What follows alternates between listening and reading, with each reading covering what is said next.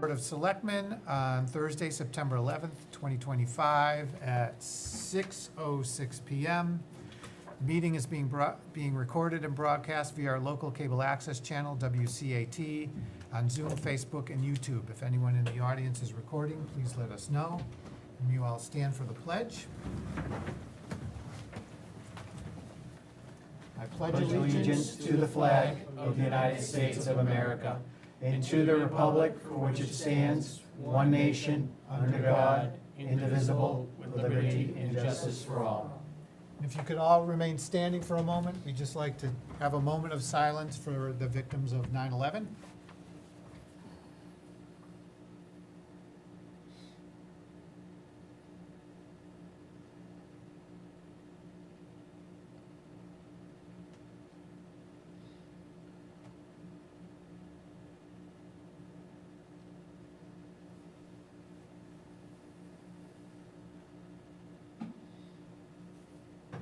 Thank you.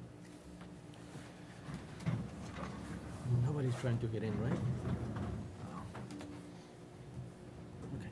All right, we're having some technical difficulties this evening.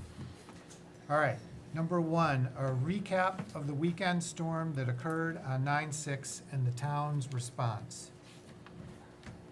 All right, so we wanted to go over just what happened on Saturday, especially since we had the tornado siren go off. Reports of a funnel cloud and everything. So Jim or Adam, would you like to talk about a little bit?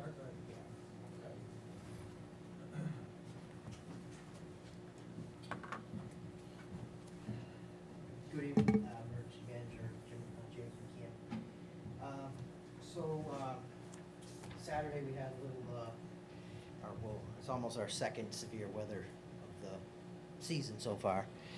About 3 o'clock we got called out for wind damage, first on Washington Street. Let's see where we can start. So we had 6 tree incidents, 3 on power lines, and 1 a car that a tree grazed. All these incidents happened between like 3:15 to 3:45, within a half an hour. One was Washington Street, one was Old West Brookfield Road, and New Reed Street, Gilbert Road. All the departments worked out great between the fire, highway, the CERT team, police, National Grid, all the officers that came out, even a couple of them that were off duty, I believe, helped. Initially, about 3:15, this cell came through, and it was just starting to form right around from Belchertown to Ware to here. And the National Weather, I spoke with them. The National Weather Service didn't have, they have radar data. It's like squares, and if you ever see it on TV, there's 2 different colors when they come together. But if they're the same color, white, it's not a rotating. It's just like a straight line push. That usually happens when the storms fall apart, or in this case, I guess the storm was gaining. It might have been breaking down, gaining, falling apart, and then as it was forming, it's shooting gusts of straight line wind around hills. So I believe one came down through Town Farm Road area, Cutler Road area, Old West Brookfield. And then one was going across through center of town. And some people mistake these clouds too for, they're called the wall cloud. And the wind's basically, because 5,000 feet up, the wind's moving clouds around. So these are little, they call them scud clouds. And they're kind of rotate and spin, and all of a sudden people might see a starting of a twister, but it's really not. It's just the wind coming down. So the National Weather Service said during that time frame over us, it was probably about 50, 60 mile an hour winds, probably about 5,000 feet up, and that's why when you get those little push downs. And that can cause just as much damage too in isolated areas, take out a neighborhood or street, you know, power lines, basically what happened here. Yeah. So that's, and then once they got past here to Holden and Sterling and Berlin, that's where those 5 tornadoes were formed. That's where they got much more of a, So they did actually have Yeah. tornadoes there? yes, it basically was the starting here. And Oh. then they moved, as they moved on. Okay. So, but we didn't have the right, correct conditions for it. So, but the sirens did go off and it was good that people heard them, and they were starting to understand to, you know, take cover when you hear them. Of course, the responders are going the other way. We're heading into harm's way. But it was everyone worked together, and the other thing with the siren at the police station, that has to be manually hit. Rutland and Regional, they can manually set off the one in West Warren by a tone. But the one in Warren has to be hit by an someone. And luckily, there was a police officer available, Officer Moran, which I thanked for him for doing that, because that was where the sighting was, the center of Warren. So, and you know, it's worth to do that, because if we didn't do that and something Yeah. did actually, another burst came down, it's yeah. So. So my question was, as I was in the basement Yep. Saturday afternoon, is how do you know when it's over? So that's one thing that might have to be kind of looked at. I guess another message could get pushed out through our reverse 911, or I guess that would be the only way to really do that, because people could be sitting in their basement for hours Yeah. as the sun comes out, or, you know. So would the siren just turn off? What, like, could it be the length of the siren, or is that not necessarily a good The only indicator? thing you could keep doing if it was an active tornado and it was, you know, still getting more reports, we could keep cycling it. Okay. The siren cycles for 10 whistles. Once Oh, it, okay. you hit the button, whistles. Oh, and it does 10 times. 10 cycles. After that, it's quiet.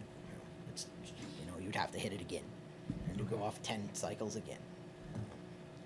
So as if something was going, you could keep hitting it. You know. Okay. And then I received at least 2 texts. Do you know where, I don't even know where these would have come from. One was directly to Warren residents, tornado sighting, please seek shelter. And then another one was urgent severe weather, remain indoors and avoid travel. But they just come from like a 5-digit number? I believe that's the reverse 911 system, right? Yeah. Is that, There's a okay. couple ways that could happen. It could be Rutland, or it could be the state itself, state Yeah. of Massachusetts sending something out through FEMA or something Yep. as well. Okay. I And- also got some from Weather App. Oh, yeah. Weather Yeah. App sent You, me you might be getting, messages too, weather service, saying, yeah. hey, seek shelter. Yeah. And now, I actually got it quicker from the Weather App than I did. Oh. Because I came up and like, what? Hmm. And then Tammy was telling me about all these people posting on Facebook that they see a cloud, Yeah. Yeah. and that's where it kinda, I became So aware that of it. there was, I want to make it clear, there was no tornado. There Okay. was, you know, Yeah. but there was some reports of sightings, but it never hit the ground. It was up in the atmosphere. It wasn't been Holden though. So there was tornadoes more east of us. Yeah. All right. Well, I think as long as people understand that if this stuff starts happening, you need to go downstairs or seek shelter. You know, yeah, Um, the other in thing. 2011, there were people who were outside watching the tornado come at them. I Yeah. talked to one woman girl at the time who was playing with the hailstones, Yep, you know, and she made it into her basement with like 30 seconds to spare. So, yep. you can't. Yeah. It's not good. Just get into a basement, get to, or lowest level, away from a window. Yeah. Um, Interior rooms, yeah. right about. And if you happen, Closet. a car, under a car, any lowest point, Yeah. if you can possibly get. Yeah. But, and like I say, even like a 50-mile-an-hour wind gust might seem like 100, it's bouncing off of things, and so. Yeah. Yeah. Maybe we should look at getting a better alert system, siren or something, because if you have to cycle it each time manually for Warren, and if somebody's not there or not able to get there, Yeah, the that's- message isn't gonna go out. Yeah. The other thing And- too is you got the siren, but you got people on the southeast side of town that would not even Yeah, hear I it. was wondering I don't hear the siren. So that's where the reverse 911, or the town alerts or something like that has to come in play. But everyone doesn't have, there might be that one or two house that doesn't have they don't have the smartphone, they have the flip phone, Yeah. So maybe a better system, we could look into something like that, what it could offer, because maybe it's a tone, and again, like Rutland can activate it for us Yeah. Yeah. once they know. Or, one of you guys can hit the button, just like Town Alert, hit the button on your cell phone and say, hey, Yeah, it there's a sends a- funnel cloud. Sends a tone. Hit the button, Hmm. and everybody gets the message and gets the alert. Because right now, it seems like more people are confused because we sound it one Sunday a month, Yeah. right? And nobody knows when it stops. They just hear the siren go off and they're like, oh, should be clear. Siren's not going anymore. And they might walk right outside into it Yeah. because they're not hearing the siren anymore. Or if something happens and the guy can't get up to that button in the building, That's, God forbid, we all know the structural integrity of that building. Yeah. If that building Yeah, became compromised. gets compromised and There's a they lot can't of get into it, there's a lot of things too. If like I said, the tornado was more in the center of town, if that Right. took out the building, if it That- took out There goes your- took there out goes your, your- took your out your warning. cell Yeah, it doesn't matter. your cell towers, there's a lot of variables here. Yeah. And that's when you could have to bring your resources from the outside and assist from other towns and but I'm just trying to look for costs of these sirens, because if it's something that people are gonna listen to it, and if it's something in West Warren, doesn't matter if they sound over here. Yeah, it's the Yeah. same problem. They only go so, the sound will travel. yeah. So- And in a wind storm, you don't hear it, roaring wind, you're Yeah. not gonna hear it. So Well, at the same time, it's common sense. If it's nasty outside, just shelter. yeah. No. And And we do. the other thing too is like they didn't have an active tornado warning out. That's why like National Weather Service issues a tornado warning for Worcester County. That would be an automatic. Okay, we're going to blow the sirens. Right.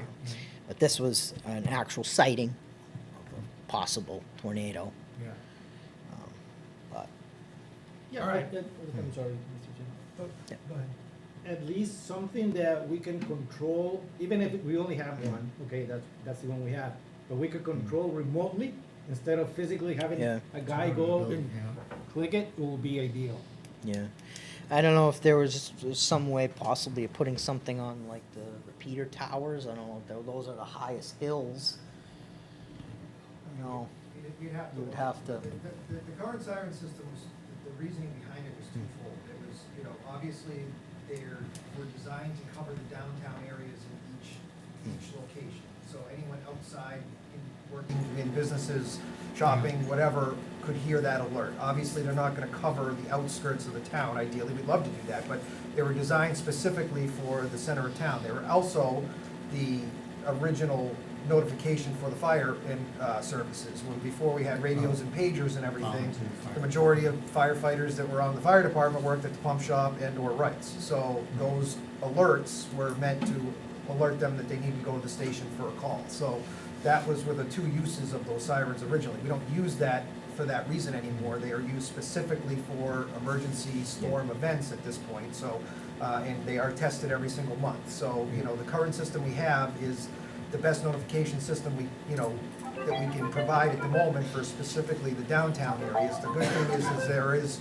quite a few alerts, different apps that people can get and download, and, you know, they are gonna be getting notifications from Rutland or from, you know, from the state immediately. So there is more notification options out there today than there ever has been, but that doesn't mean we can't explore our own upgrades to the current system, I guess I would say. Yeah. What's the cost? Well, there's one for 14,000 and one for 1,200. So it's a big. Is that just the speaker though? That's not the actual I mean, there's system, so that's much just more. the This is speaker. this zero, thinking like we can put one on the other side of the town, maybe a new one here. But to me, I think the remote is the key feature, even if you only have one, Yeah. because. Well, that's why one is kind of set up remotely right now and one isn't. Is there a way to possibly set that one currently we have as a remote? Maybe that would be Yeah, that the would be first thing better. to step to look Yeah. into? Yeah. We could set it Baby off steps. you know. easier if we couldn't access that building quickly, or, Maybe get a FEMA grant or something for it to help yeah, you, Yeah. because I know they Would have to do be a lot looked of the into. weather preparation stuff, yeah.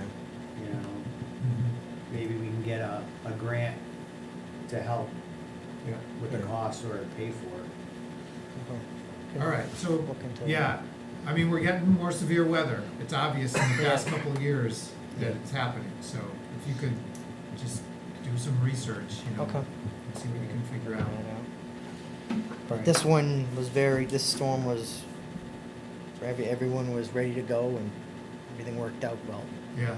And, You know, yeah. research a grant for that. All right, so why don't we move on? You want to do your report for August? Okay, yes, I can do that. Next.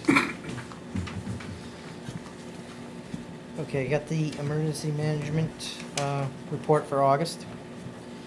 August 2nd, we assisted the town of Southbridge with their Pan Mass bike race.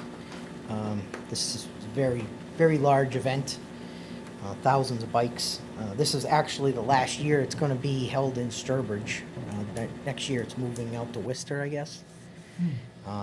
So, but we helped them block some intersections as the race went through.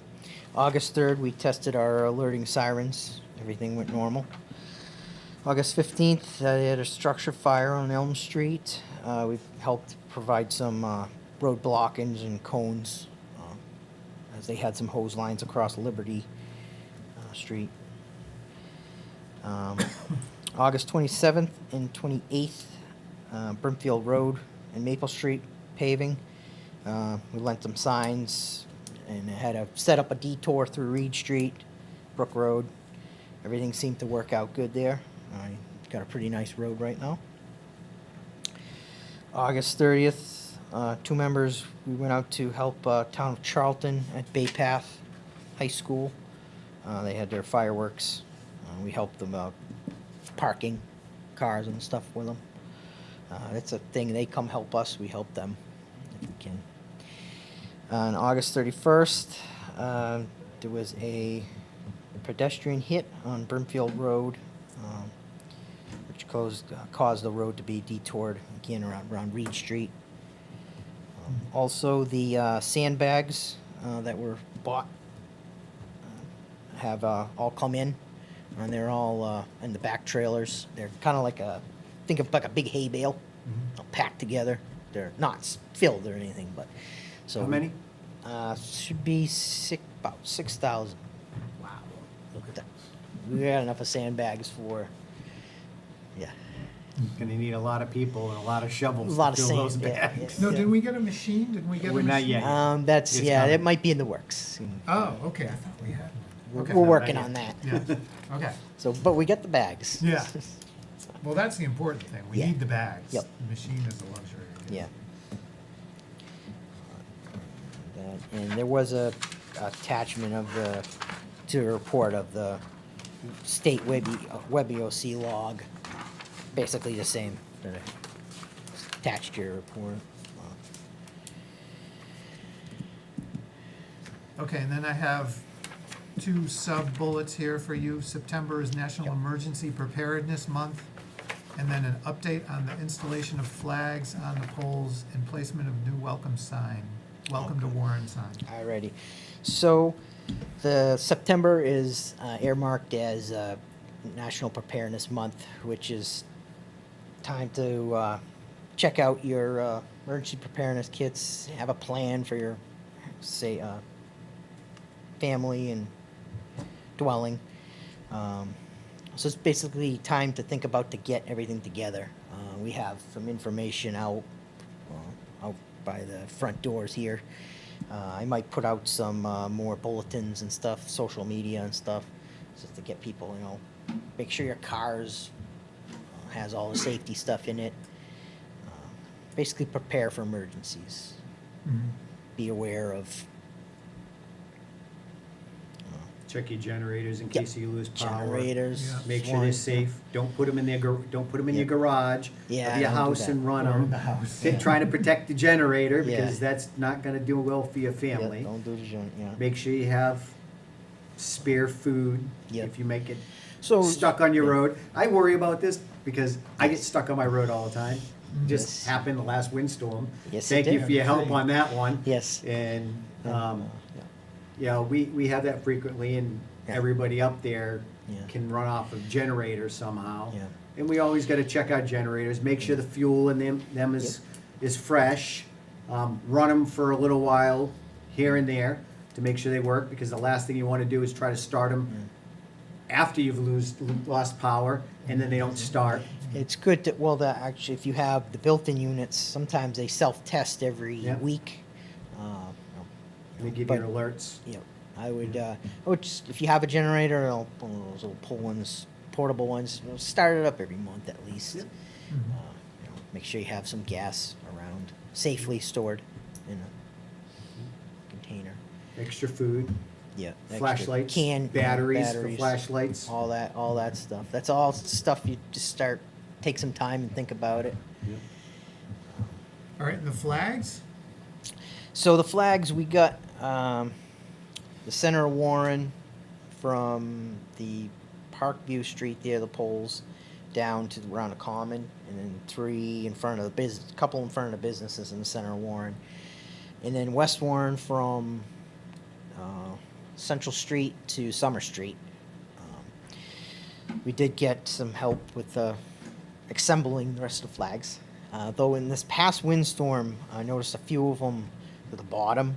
There's two clips, and the bottom slid up. So some of the flags are kind of twisted up a little bit. I have to figure out how to pull We them. might wanna look at a better clip So- system for them. Because Yeah, those before we little put any plastic more clips up. on there don't seem Yeah, very good. And I've been you go through West Brookfield and they have all their flags up. they kind of. And you can see some of the clips are broken and they tried to use wire ties to wrap Yeah. them around and keep the flag on. And, you know, they're just very flimsy plastic. Yep. And it's holding the flag onto a pole. It's kind of sliding, so Yeah. we try to hold that plastic. We can use that, but try to anchor that plastic to the pole a little better. Maybe tape or some zip ties. I'm gonna try that.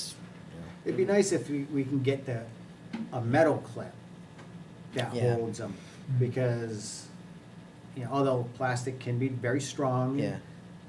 Metal is the sure thing, and I don't wanna see any of the flags on the ground anywhere. No, and I did fix two of them over by the after the wind on Yeah. Monday. But I noticed one down by the senior center was kind of wrapped up too. Yeah. And we put the one between the old police station there, and an hour later, a delivery truck took it out. So we had to bring it up a little higher. So a couple places we're gonna have to go higher or skip a pole, find some other place to Yeah, we put got it. 25 assembled, ready to go. Yeah.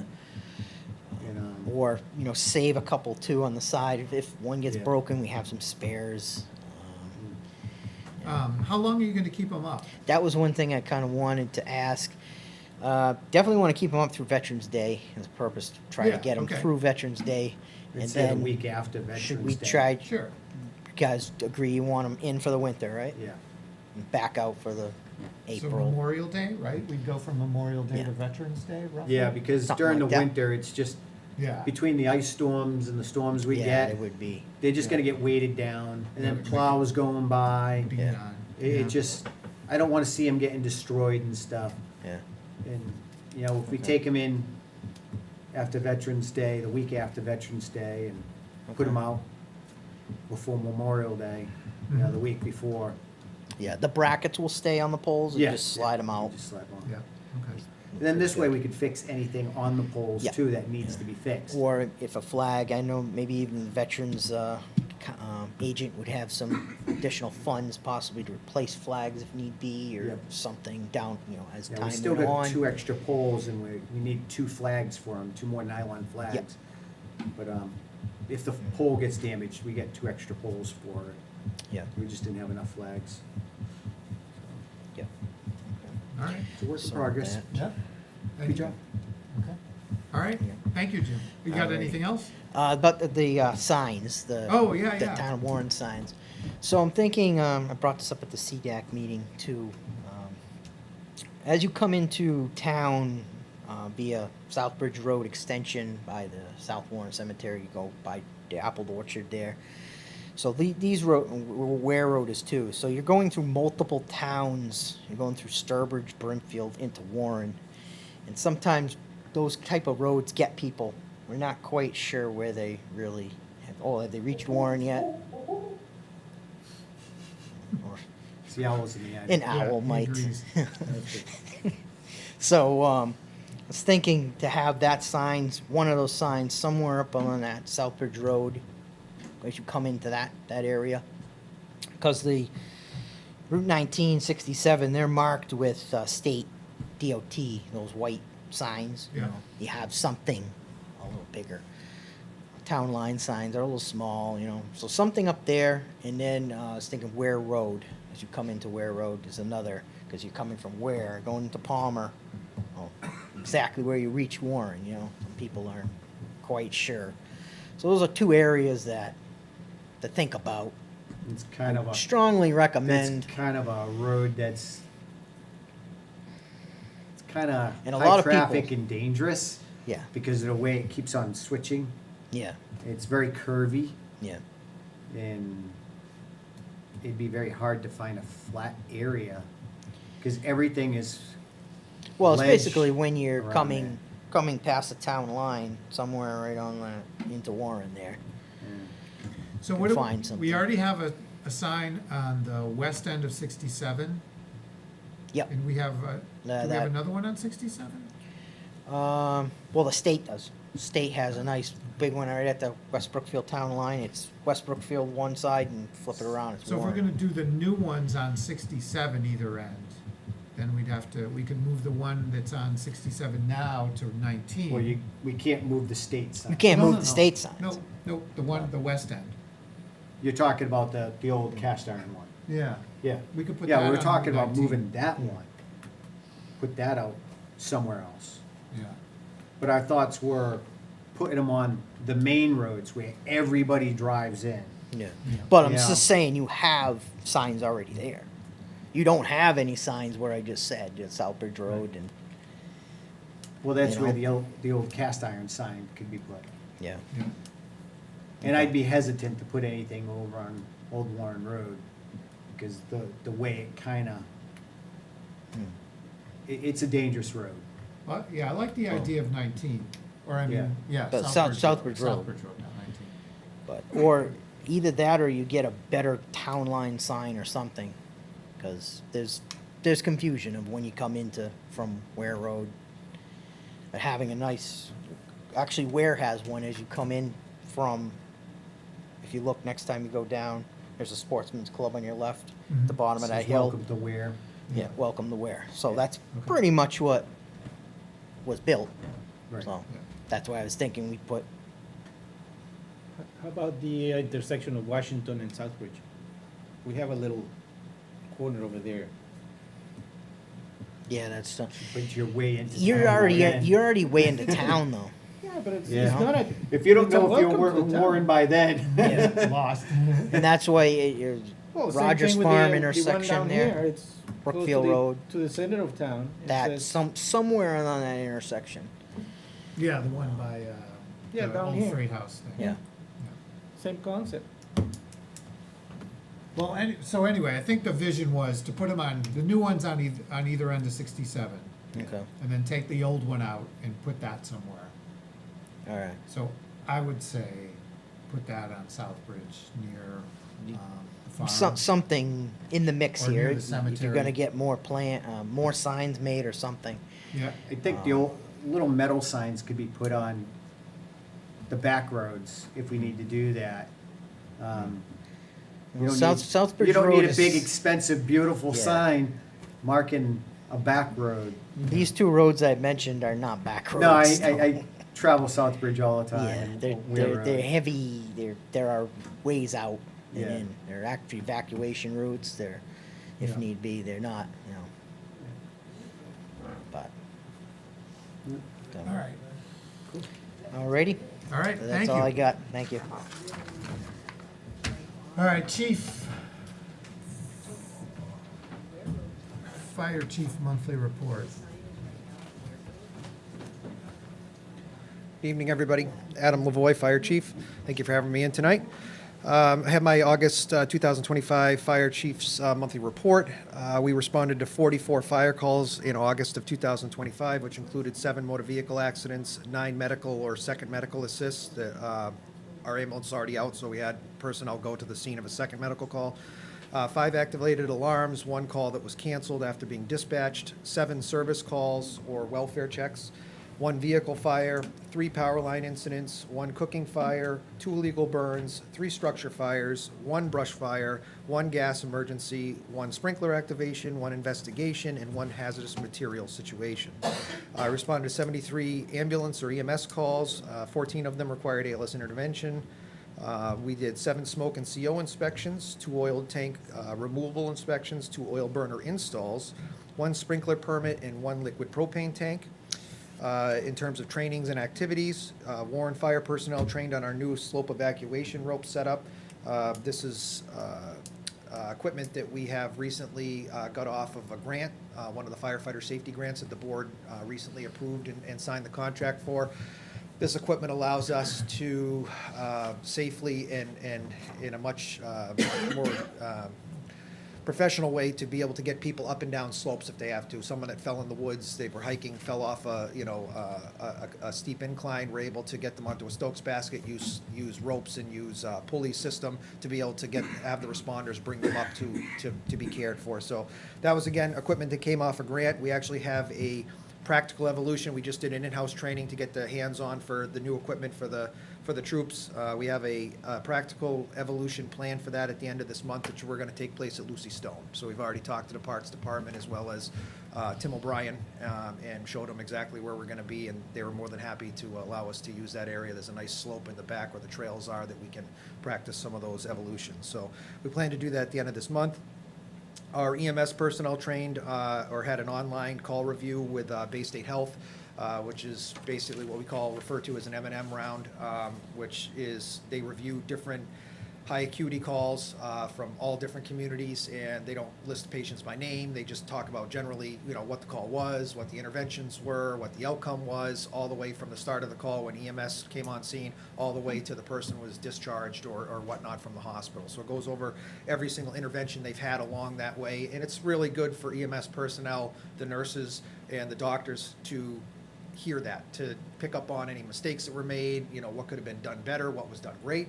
So those are always nice to see, and they are required. We're required to do those every year. So we had one of those. We'll be having another one of those probably towards the end of the year. All of our EMS personnel are required to at least get 2 credits or 2 programs worth of that each year.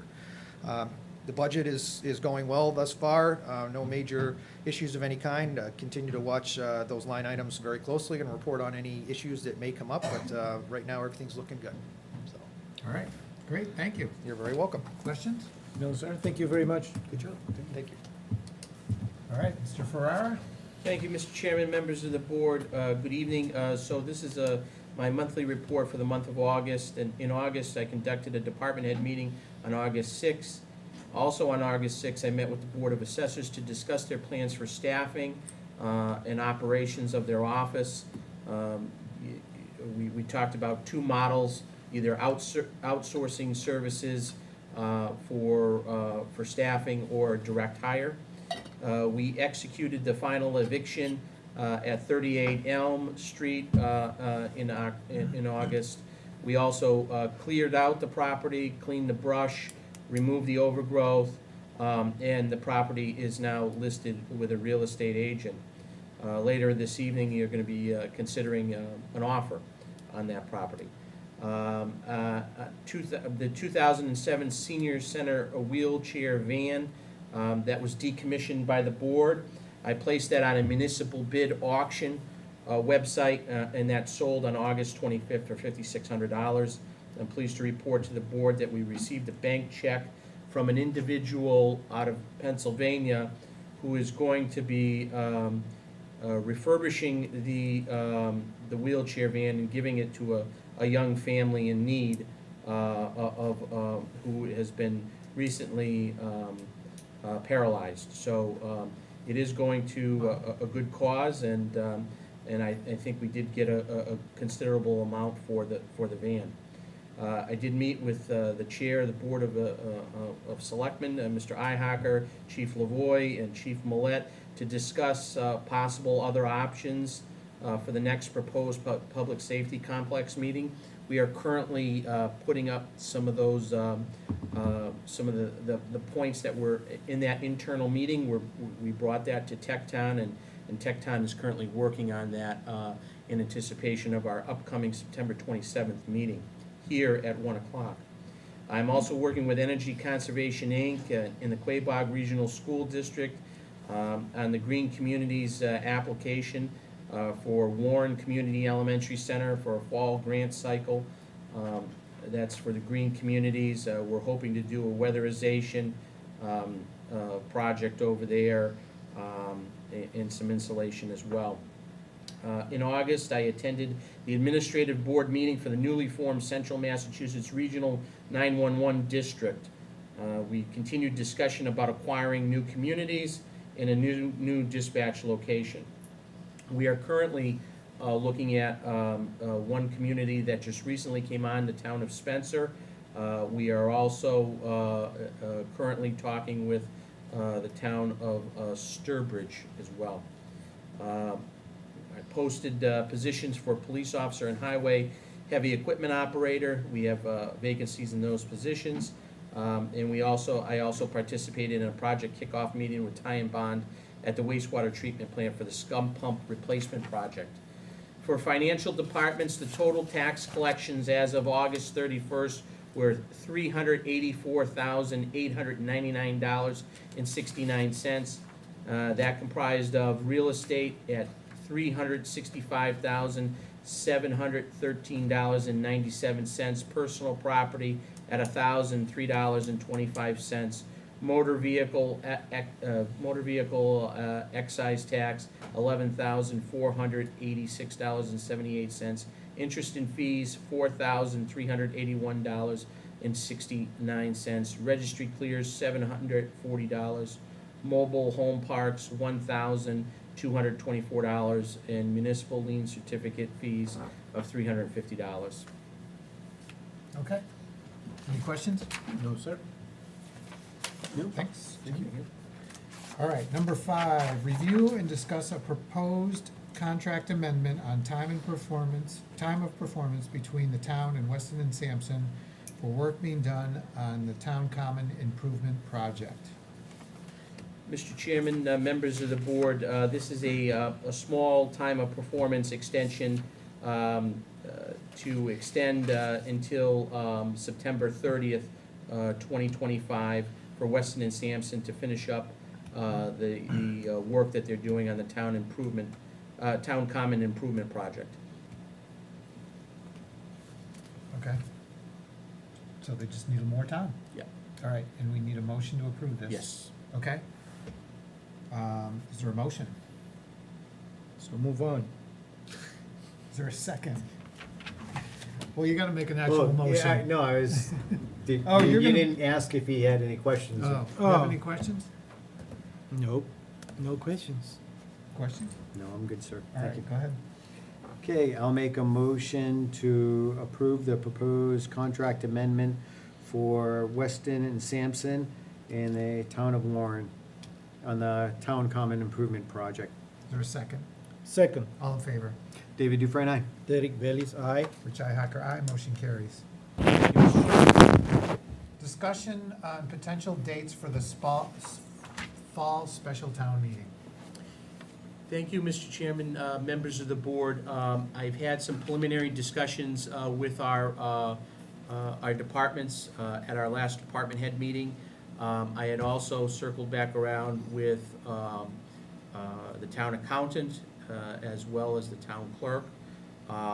And we typically have this sometime in mid-November. A lot of this is predicated on when free cash is certified. And so, with looking at some potential dates, we were looking at either November 13th or the 20th.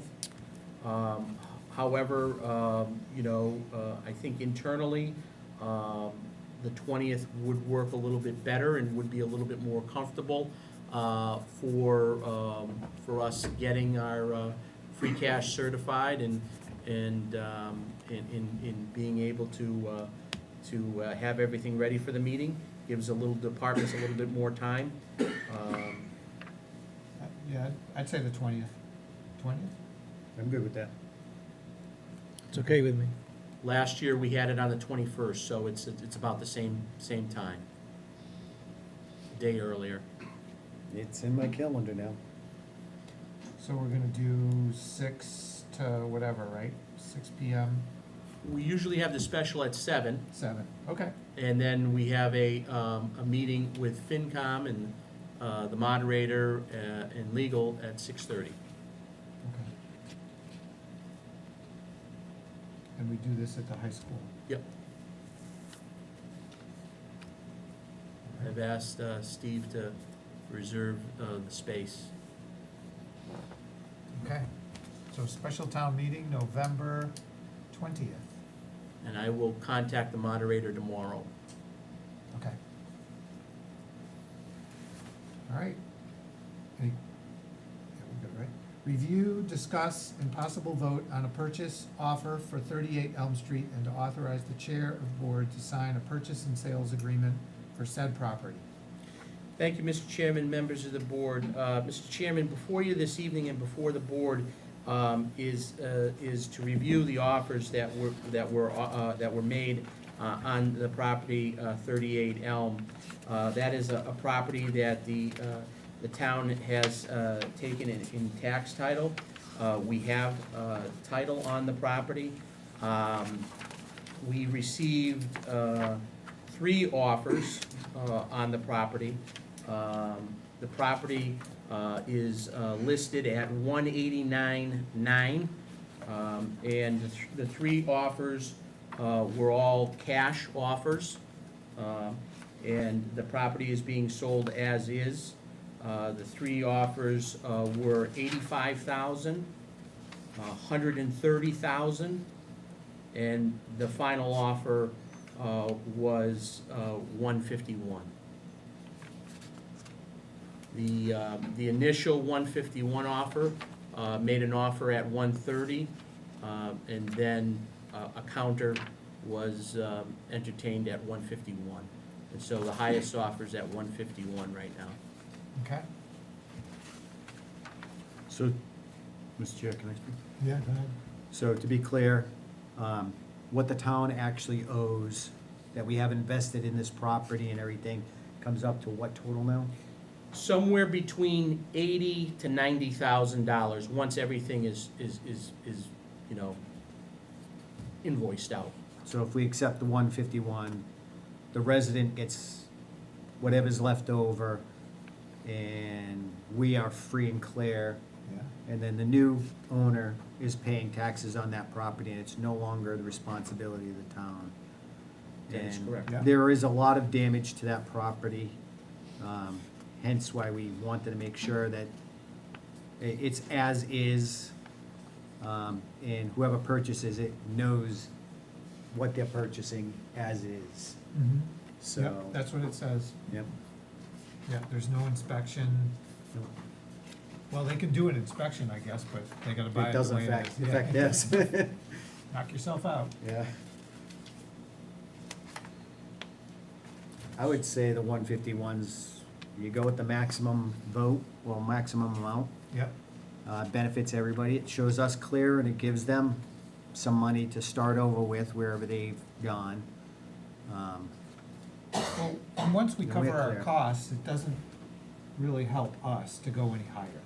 No, I mean, we could Mr. wait Chair- for, you know. Mr. Chairman, if I can, the intent of this legislation, this new legislation, is to maximize the value of equity for the potential previous owner. Okay. So, you know, it's not us to just say, okay, let's get our money and run. The purpose of this exercise was to have it listed by a broker or a real estate agent, have it marketed, have a clear and transparent process, and to get as much as we can for the property in the current condition it is in, so that whatever equity is there is returned to the previous owner. Yeah, I guess my point is though, I mean, it was, what is it, listed for 189, we're getting Correct. 151. There's no sense in trying to wait and for more offers to get and it, 190 or Right. 200, it's and it's a not gonna cash, happen. cash deal, and the Yeah. longer we wait, the more money we put into it, so the more money we have to take out of it. Yeah, So it doesn't mean we're benefiting anymore, because at some point, we're gonna have to turn the heat on, or, you know, Winterize it. winterize the house. Yeah. And then if there's any storm damage to the property, we gotta fix that to make sure that the house doesn't fall down, you know? Yeah. It just, I I think think- unloading it, unloading it, we got our best offers, we had it out there, we take the maximum amount, and everybody got the best situation they can get out of it. There is carrying costs, you're absolutely right. The carrying costs, we have insurance costs, we're going to be heading into the winter season, weatherization costs, just maintaining the property, there's costs involved. So, after speaking to the real estate agent, she had recommended that after, a couple weeks, the property does become stale. And then we have to reduce the price and, as the market continues to change, and it can change at any time, prices do fluctuate. So, I think that the real estate agent is confident that this is the best at this time that we can get. yeah. And winter's not the best time to be selling a house either. People typically don't wanna buy during the winter. Yeah, Also, we have to consider the neighbors around, Yeah. because if it sells for too less, their home's value goes down, So I think it's a good, because it says sell as is, so at least that gives that notion that the houses that on the surrounding neighborhood are not that price, they're a little higher. yeah. I think the best thing out of it is no longer a debt, and we got somebody else paying taxes back to the town for it. Yeah, Yes. Or hopefully they pay it's a the win-win taxes. situation, I believe. All right, so I think we're all set. I'm good. Anybody want to make a motion? I'll make a motion. I'll make a motion to accept the offer of the 151,000 for 38 Elm Street, and to authorize the chair of the board to sign for the purchase and sales agreement on said property. Is there a second? Second, All in favor? David Dufresne, aye? Derek Bailey's aye. Richi Hacker, aye. Motion you. carries. Thank you. So Mr. Chairman, what will happen is that once the purchase and sales agreement is drafted by council, and both councils had a chance to review it, it will come down, you will be able to sign it. Okay. And then, once the closing happens, we will need the entire board to sign the deed. Okay. All right. All righty, report from Ty and Bond regarding the examination of the awning/marquee over the Main Street side entrance to the police station. Thank you, Mr. Chairman. As you may recall, we received a letter from our building commissioner, Bill Cantel, regarding the structure located at the Old Town Hall Police Station, the marquee, and that's on the side entrance on the Main Street side. His concern was that the marquee wasn't structurally sound. I did go through the files as requested at the last meeting, and I could not find anything that talked about specifically this marquee in its structure. Talked about some of the other structural issues, but not this marquee. So I did call up Weston and Sampson. I called up Ty and Bond. Weston and Sampson had a very large price to do a simple analysis. Ty and Bond, I don't think that they're gonna charge us anything. They typed up this memo, they had a structural engineer come out, they went up there. It was clear to them that there, at some point on the roof of this marquee, something had fallen on it, and he believes it may be ice or snow that came from the top of the town hall building and slid down and dented the roof. You can't really see it, but dented the roof. In photo 2, you can kind of see a little bit in the corner there, but he reaffirms that he feels that structurally the marquee, the awning, is structurally sound. It is not a hazard at this time. He believes that at another time, and I believe it was commented by a member of the audience, that there was a truck that backed into the front of this marquee. And that happened some time ago, maybe unloading something into that entranceway there. He said certainly the town could take apart the roof a little bit and do some more inspections or some more observations. But he recommends that, at some point, the town may want to, replace some of the chains that seem to be somewhat rusted, that it is helping support the marquee. But the good thing is that the structural engineer had indicated that he doesn't, in his professional opinion, doesn't feel that it's a threat to public safety at this point. All right, any questions? No, sir. Nope. Okay. It's good news. Good news. It's not an immediate threat. Yep. All right, number 9, review and discuss building commissioner property inspection report for 48 High Street, Shepherd Municipal Building. Thank you, Mr. Chairman. Before you this evening is an inspection report by our building commissioner, Bill Cantel. He just provided us this last week. Some of these items on his report have already been addressed. Some of these items will need a little bit longer of time period to address. For the most part, the items seem minimal. However, the bigger items are the wheelchair lift, as well as some of the window issues that he's highlighted that we've talked about. Yeah, So one of the things he says is conditions observed which constitute a violation, and that's the locks on the doors, the bolts. So there's some bolts, I think particularly the one in the basement in the old boxing room that has a padlock on it. And that should not be the case. So we have to, So we'd like a door door lock. handle, yeah, door lock. okay. Yeah, some of these are probably easy. Yeah, the door's about to fall off the hinges anyways. I mean, the one about the extension cord with the refrigerator. Yeah. That's already been addressed. Yeah, Okay. okay. Some easy. What was the deal with the flammable liquids? So, the Parks Department, and I already had a conversation with them, they had some paint, in their office, and, they informed me that they will be moving it, if they haven't already moved it, out of there into some other container.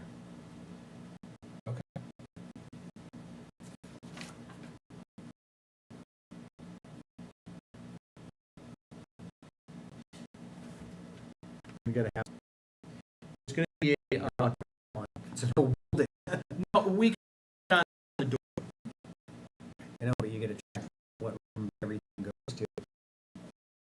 right, I think he's just looking for, a sign placed on the. Yeah, Oh, okay. not the individual circuits. So he wants to just, That's the electrical pole. no, it's, Yeah, you need to have a sign. okay. All right, We're working on these, and we will get these. okay. The ones that will take some additional time are the windows Yeah. and the chair. Yeah, okay. All right, any other questions? No, sir? Okay. Number 10, possible vote to appoint Christopher of 2270 Main Street to the Zoning Board of Appeals for a 3-year term.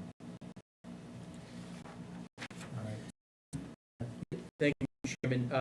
Chris couldn't make it here this evening, but he did provide us with an email outlining his conversation with State Ethics Commission, General Counsel, and providing him the clearance to be appointed.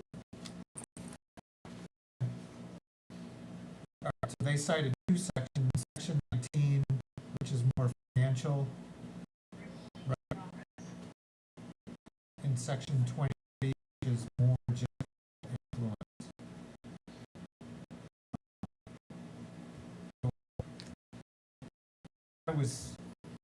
I read the, one thing if I could draw, the best is if the planning board is having a special permit discussion, don't talk to Chris about it, because it could end up in front of him. So the best thing is not to share any information. You know, that would be a great way to keep a firewall, you know? Of course. Yeah. I don't know, any other comments? Yeah, I have a few. Yeah, I do have deep concerns about this one, and purely because, you know, we all know Ray's his dad, and Ray's on the planning board.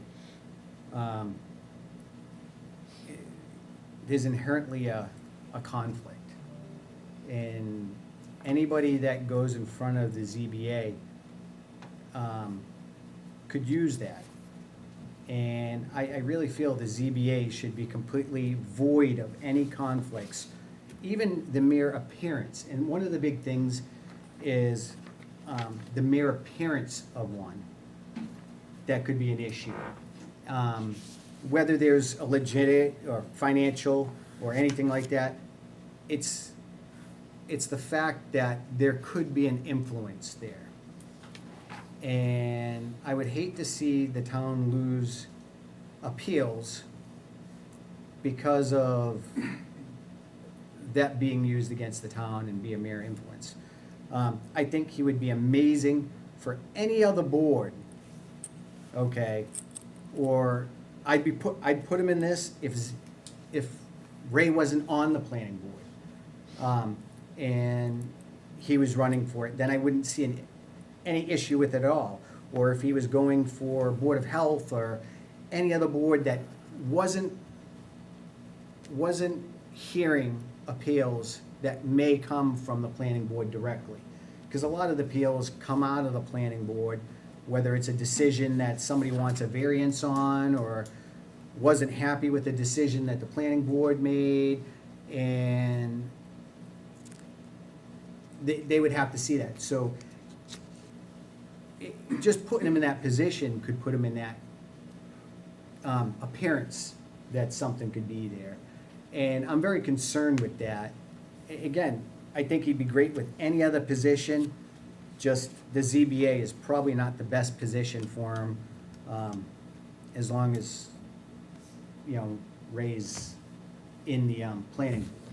And if either one of those changed, I'd be good. But I don't think there should be two family members being in succession like that, where one family member is hearing a decision, making a decision, and then that decision's being appealed against, or, the appeal is being brought to the ZBA for it, and then being heard from another family member. And it's not even if something would be done, it's just the fact that somebody could use that against the town, saying, hey, they're family members, obviously he's gonna side this way, and that's why I lost. And that would be a mere appearance of a conflict of interest. It doesn't have to be financial interest. It's favoritism for somebody else, or favoring an opinion from somebody else. And, it just sets the town up for a bad position. And I wouldn't like the town to be put in that position. I think anybody else could do that job, and I think he could do any other job, just not overseeing what the planning board's decisions are. So let me just, I can read this, right, this attorney? Oh, yeah. opinion? Yeah, okay. So I'll just read a portion of this. An appearance of conflict of interest would arise for you, this is talking to Chris, when in your ZBA role you perform duties that would affect or involve the planning board, which would include your father, but in which your father does not have a financial interest, and where the matter would not otherwise raise issues for you under section 19, which is the financial. In such a situation, an issue arises under section 23B3 because your relationship with your father creates an appearance of a conflict of interest. However, provided that you can act fairly and without bias as it relates to your father, you may dispel the appearance of a conflict of interest if you first file a section 23B3 disclosure form disclosing the relevant facts that would cause a reasonable person to conclude that there is a risk of favoritism or bias before performing your official duties. So it can be cured, but that doesn't mean somebody's gonna go after the town and say, It still can be argued. yeah, And how can you prove that he's not just filling out the form and still favoring one way? well, that, yeah. The rules are they're there for a reason, and there's conflict. I don't say he would do that, and I don't think Ray would do that either, and I hope they wouldn't, but it's the appearance. Mhm. And I think he'd be great for any other job. I will absolutely vote for him for anything else. Just the ZBA is not the job you should have that appearance in. Mhm. And just that mere appearance kind of kills it for me. Okay. Yeah, As a former architect, and gone through many, in front of many planning board members, many CBA, I feel okay. okay. Yeah, I have to say, I totally understand what you're saying, but, it can be cured, and if you and Chris can keep things separated, I think that's okay, but, Yeah, I hear what you're saying. You know, it would have been better to choose another board, but this is what he's done, so, I think, you know, I think it can be handled. Yeah. Carrie has a question. Yeah. We're good. I'm Okay. good. Go ahead. I'm Carrie Schmidt, I'm the clerk on the ZBA. I just want to say, not everything that comes before us is an appeal of the planning board decision. No, no. Any variance applications, that doesn't really have anything to do with the planning board, that has to do with the bylaws of the town. People can file for an administrative appeal on a building inspector's decision or on the planning board Yeah. decision. I don't see why any appeals on the planning board decision, he couldn't just recuse himself from the conversation and from the vote. I mean, that would Yeah. dispel That's another any avenue. appearance of conflict of interest, because he could just Yeah. take himself out of the equation. That would even be better than doing the form. Frankly, we have so few administrative appeal requests that, I mean, I don't even think you're talking about, 1% of the cases or 2% of the cases. We're not a very busy board, and it's not like, appeals are pouring in. Most of what we get are variance applications, so. Right. The Just- appeals we've gotten have been like the solar, right, Copart, so bigger projects. where I don't we- think we've seen anything from Coparts. Oh, they didn't, no, they didn't go through the ZBA, they just sued us right away, I guess. It's pretty much been solar for the last Yeah, 10 years. I Yeah. mean, it's not, we don't have a lot of business other than that. I'm not saying, I'm not predicting what's coming up in front of us, who knows what the future can bring. But again, if there's any appeals of a planning board decision, he could just recuse himself and not take part in the conversation or the votes. and you have enough members that if he recuses himself, you can still vote. Yeah, thanks to Joe. Okay, all right. All right, you had another, I was just curious, Carrie, do you remember when was the last case from the planning board that went to you? Yeah, it was the ZPT initially, which was, when did that start, 2021? So they were appealing, and I believe that's the only appeal of a planning board decision we've gotten in the 18 or 20 years that I've been on. And what was that about? That had to do with, so the solar installation didn't get a certificate of occupancy because they didn't follow the bylaws. They were too close to the property line, and they didn't have an appropriate buffer space. And so the planning board didn't approve, and the building inspector didn't approve, and so they applied for a variance and for appeals of the planning board's decision and the zoning. So they were like, they wanted a full slate of, appeals and variances. And, Thank you, Carrie.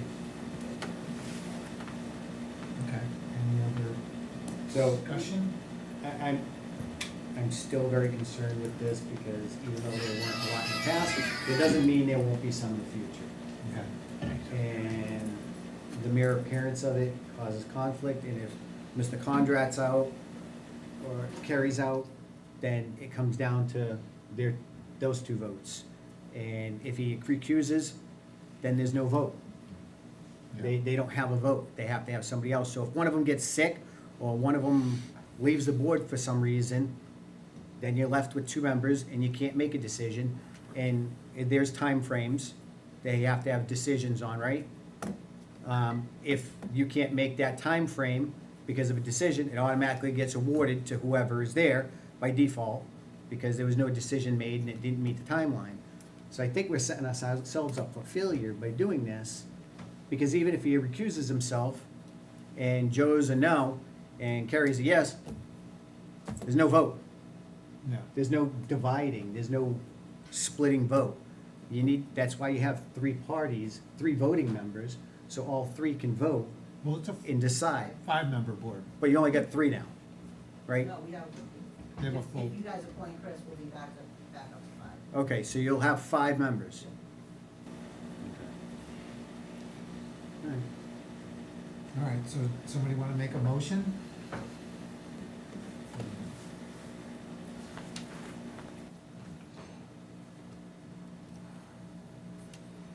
Which number is it? 10? Make a motion to vote to appoint Christopher Kopacko of 2270 Main Street to the Zoning Board of Appeals for a 3-year term. Okay. Is there a second? I second it. Well, You can't. I'll second it. All right. By inertia. All right, all in favor? No. Well, no, hold on. All in favor? Are you in Did- favor? Yes, aye. Okay, Rich Ihacker, aye. All opposed? David Dufresne opposed. Okay. The motion carries 2-1, approved. All right. So Chris has got to show up on Monday? Well, Yes. or before the next meeting. And get appointed.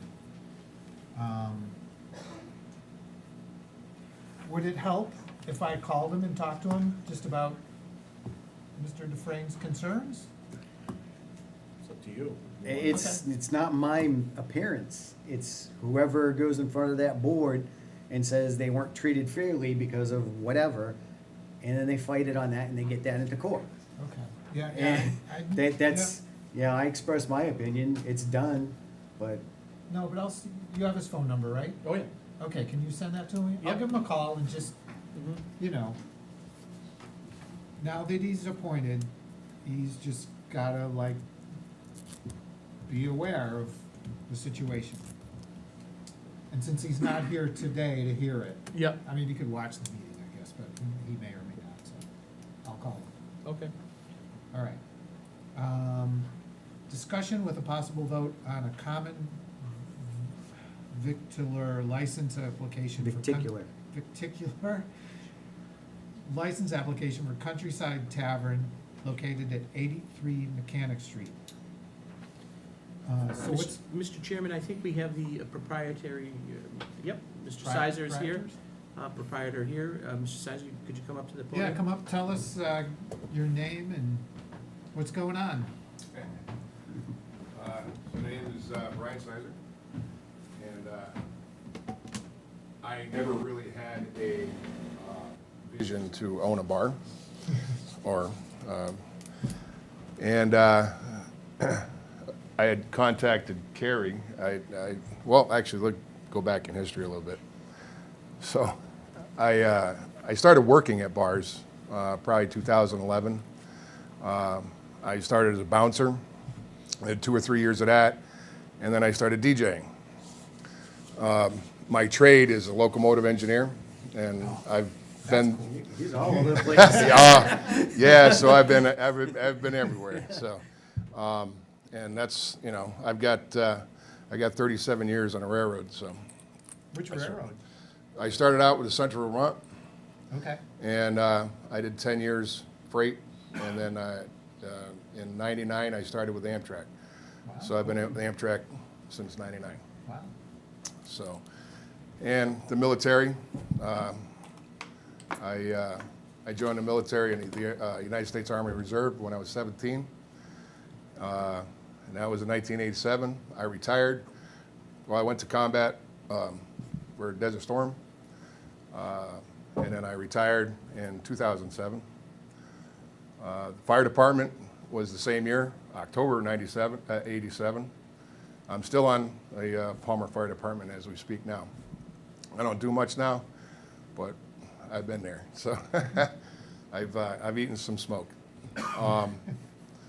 in the early years. So I've been DJing for the last 3 years or so down at Glenda's, and I did the karaoke and whatnot that she wanted. So I knew the place was up for sale. It had been for a while. And so one night, I'm sitting there, and Carrie had posted something on her Snapchat or something. And then I'm like, oh, she's awake. So I says, hey, I says, the new owner's up there. And she goes, no, they backed out. So I'm like, oh, because I was going to say if they needed a DJ. And so then she says, well, you want to take a look? So I'm like, okay. So she says, come up 4 o'clock this afternoon. So I'm like, all right. So I went up there, took a look around, and I'm like, I think there's something here. So, you know, and here we are. Now you're a bar owner. So yeah, so I'm kind of blind in a lot of ways of this whole business thing. So forgive me if I'm not purposely trying to, you know, go around people or whatever. If something happens, I'm I don't know. So yeah, and so I've got the place. I've been working. There's more screw holes and bolt holes and everything in the walls. We've stripped all the walls from TVs and pictures and whatever. So we've been covering those holes, painting and whatnot. Hopefully have the floors done in a week or so. And I think there's some plumbing that has to be done that they're getting a permit for. Good. So, yeah, the bar is going to be military and first responder theme. So we're going to have, that's kind of like what it is, you know? So, and I hope to, you know, maybe we can draw some people into town. So when would be the opening? Oh, that I'm not sure of 100% yet. Couple months or? So as far as the alcohol goes, obviously, I got to go through that whole permitting process. It could Yeah. take up to 6 months. Oh, okay, yeah. My initial plan was, before I knew all that, was I was going to do the alcohol first, and then I was going to start working into the food. So now the roles have reversed. So now I'm going to try starting with some food and then work into the alcohol. So trying to redesign the upstairs there. There's been a little griddle and a fryolator and a couple other little things that up there that they've cooked on over the years. So hopefully, if all goes well and everything fits into this space, you know, burgers, hot dogs, sandwiches, grinders, maybe some soup, pizzas. I'm looking for a short order cook so we can get this thing together, and we'll go from there as far as that side of it goes. On the entertainment side, I think I got the DJ thing nailed down, and so, but there'll be pool league, dart leagues. There'll be, you name it, whatever I can get up there. One of the things that everybody's been asking me for, I told him, I says, I have no idea. It's going to have to look into it. I don't know if you guys have anything to do with it, but they all want horseshoes and cornhole. So, which is fine without the alcohol, but it's all outside. So, I think that's all up to you, though. well, I Yeah, but think. they couldn't have out, they couldn't take, you couldn't carry it Yeah. out. You'd have to leave it. Well, that's the thing. So there's, or you Well, could- no, he can fence off an area, Yeah. right, as long as it's fenced off and marked, so people can't just walk in there. You can only access it from the bar. From within the bar, right. yeah. But there's so many different, so, and this is where everything starts to get gray. And I start getting, it's like, you know, you see some places where you walk out the door with your drink.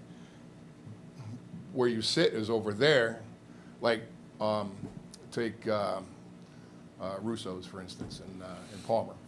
So you go out and you walk through openness until you get to the spot where you're going to sit and eat.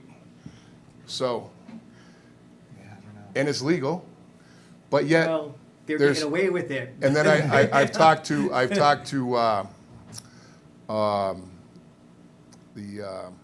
shit, I can't think of the name of it now.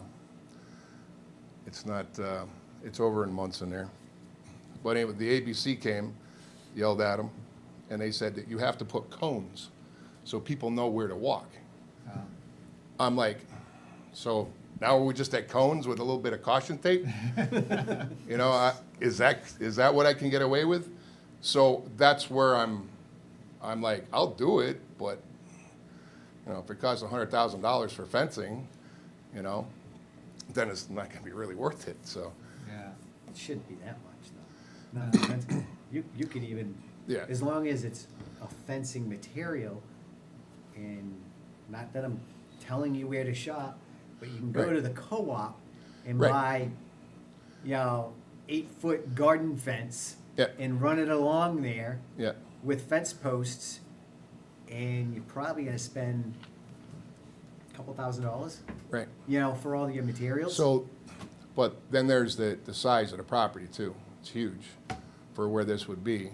Well, I think Um, it's only where anybody can walk naturally. If it's wooded area in the back, or somebody else's property, Oh, so that'd be considered blocking? See, that's where I don't know. yeah, No, I think you'd And wanna it doesn't seem really completely- clear, and I didn't Yeah. know if you guys had anything to do with that or not, so. you would really have to have a look at it, and that's where you'd probably need to get with ABCC. Yeah, don't rely on anything we're telling you. Yeah, I'm just Okay. looking at Yeah, options yeah, for you. yeah. I got you. Yeah, No, we are not I'm with you. experts by any Yeah. stretch. Right, But it would Obviously, seem I'm if not. you enclose it and you can only get out through the bar into that area, right. you would be okay, but, Well, that's why, you know, that's why the whole thing with the cone thing with the ABC actually, that seems a little. yeah, well, that's what I Yeah. thought. I'm like, but they have to follow the path from where the cones are, and I'm like, well, I'd be worried about that with my insurance though. You know, Yeah. your insurance, because I'd probably run that past them, because Yep. they might have some concerns with that. Because what if somebody trips over a cone? They Yeah. have to have a few cocktails. yeah, Or just walks through the. Or walks cone. through and right out, right, but hands then, it to a kid. right, you know, Do you have any I- background on this kind of stuff? Thank you, Mr. Chairman. What I would just, Mr. Sizer, if I can, you know, when you do apply for your, you know, your liquor license, you know, there's specific questions within the application that will specify where you're wanting the permit to be permitted to. You know, if you're gonna do something in the backyard, you know, the town may wanna see, what is your noise plan? What is the plan that you're gonna have to, you know, regulate the area? Where beverages are gonna be, consumed, and mapped out. So, you know, it's possible to have this stuff, but it'd have to be spelled out in your application, and the board would have to review it. right, So the more you can think this through. right. Oh, it won't Come be up till with next a- year anyway. Yeah. It's come not up gonna be with a this good year. plan. Yeah, I gotta get my feet, you know, wet first, Yeah. so. Did you have something to add on? The only thing I would highlight is the expiration of the CV. It expired, so applying now, it would be for 2025, so it would expire on the 31st of December, and then you would have to renew for 2026. So I guess that was kind of just the whole thing of trying to get the idea of when you were gonna open, because Oh. you Oh, might I be get able you. to save some money if you just, you know, wait until, Wait till the end of the year. Yeah. January 1st. yeah. Okay. I mean, that is a possibility. Mhm. I mean, I don't know, you know, and it's kind of like, you know, am I gonna sell enough food? And, Mm. you know, people give me the idea that I probably will, but at the same time, well, I'm in one of those balancing games now where does it make sense to do this or do that, you know? And But it's gonna So- be easier to sell food if there's alcohol there too. this is true. So, you- This is true. yeah, Who doesn't want a So- burger and a beer, right? yeah, I know. Right. So they're gonna come and, you know, Oh, get a besides you. burger and then there's, you know, I'll get 2 cheeseburgers. There you go. Right. yeah, so. Um, Well, so just back to that, yeah, think about your timeline. I don't know if we were gonna vote on this potentially. I have the But- draft CV already ready to go, so if you guys decided, you We, could sign on it. We would can just always need the fee. postpone this, or you can just hold on to it. So, I mean, okay, well, I need it for the liquor license to apply. Yes. So what will So, happen, is Mr. that- Sizer, is that you're gonna get, probably when the CV applications go out in November or late October, you're gonna get another one. So you're gonna have to pay the fee again and have to come before the board again. Cost of doing business, they Unless say. unless you wanna wait. No, well, I can't really wait, Okay. simply because of the liquor license. Because the liquor license requires this. Because this To come in. license that if the board grants you tonight would only be good until December 31st of this year. Right, I understand. Okay. Yep. Yeah, that was just something, because I know we had That's a good talked about it point. before. I just wanted to be transparent about that when it would, so it didn't Right. seem like we're trying to Yeah. squeeze an extra $25 out of Yeah, it. sure, yeah, I'm sure you are. Yeah. That's going towards my burger Just- when you guys open okay. it. Yeah. How much is this CV license? $25. Oh, for God's sakes, okay. Yeah. Yeah. If Yeah, it was if a you're couple having trouble- thousand, I might, you know. If you're having trouble affording $25 I'm in right trouble. now, yeah, I you're shouldn't in- even be here. Yeah, yeah, You right. mean it's not 25 grand? No, Yeah. no. You sure? No. Also, one of the other things I wanted to put out there that I just happened to think of is the history of the place. I mean, so, I'm guessing it was somewhere around the 30s and 40s that it was built. And it was the Polish club, I guess, for decades. I will be putting, like, I'll be looking for pictures, old pictures from whenever it began, as far back as I can get. And I'll post them up on a wall in there. Talk Along to with, Sylvia Buck. Yeah, she may have Yes. extra. She I is. yeah, yeah. Alright. So I've chatted with her. She came up to the bar there shortly after I got it, and we sat there, and she talked to me for probably an hour and a half, and she brought me all kinds of history of the. But the only thing, and she didn't know, and nobody I've talked to yet has known, is the monument that's up there, that the flagpole is on. Is nobody knows. It says 1930 on it, but nobody knows anything about it. Talk to Mr. Kondrak. He might be able to pull something up. He's a local historian. Oh, okay, yeah. So, All yeah, right, so, moving on, then, you want us to go ahead and vote? You're good, absolutely, even though you have to reapply? yeah. Okay. That's what it is. May want to ask if there's anybody in the audience that has an objection. Yeah, any other, are we good up here? I was just gonna ask him, you're doing a menu, what kind of food? Yeah, so, maybe burgers, hot dogs, pizza, maybe some soups every now and again, you know, a couple days a week. Okay. Sandwiches, grinders.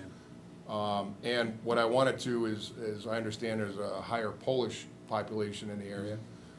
I want to do some kielbasa, and gumpkies and pierogies and stuff like that. That would probably be a good niche for you because Yeah, Yeah, there's nothing really around here for that.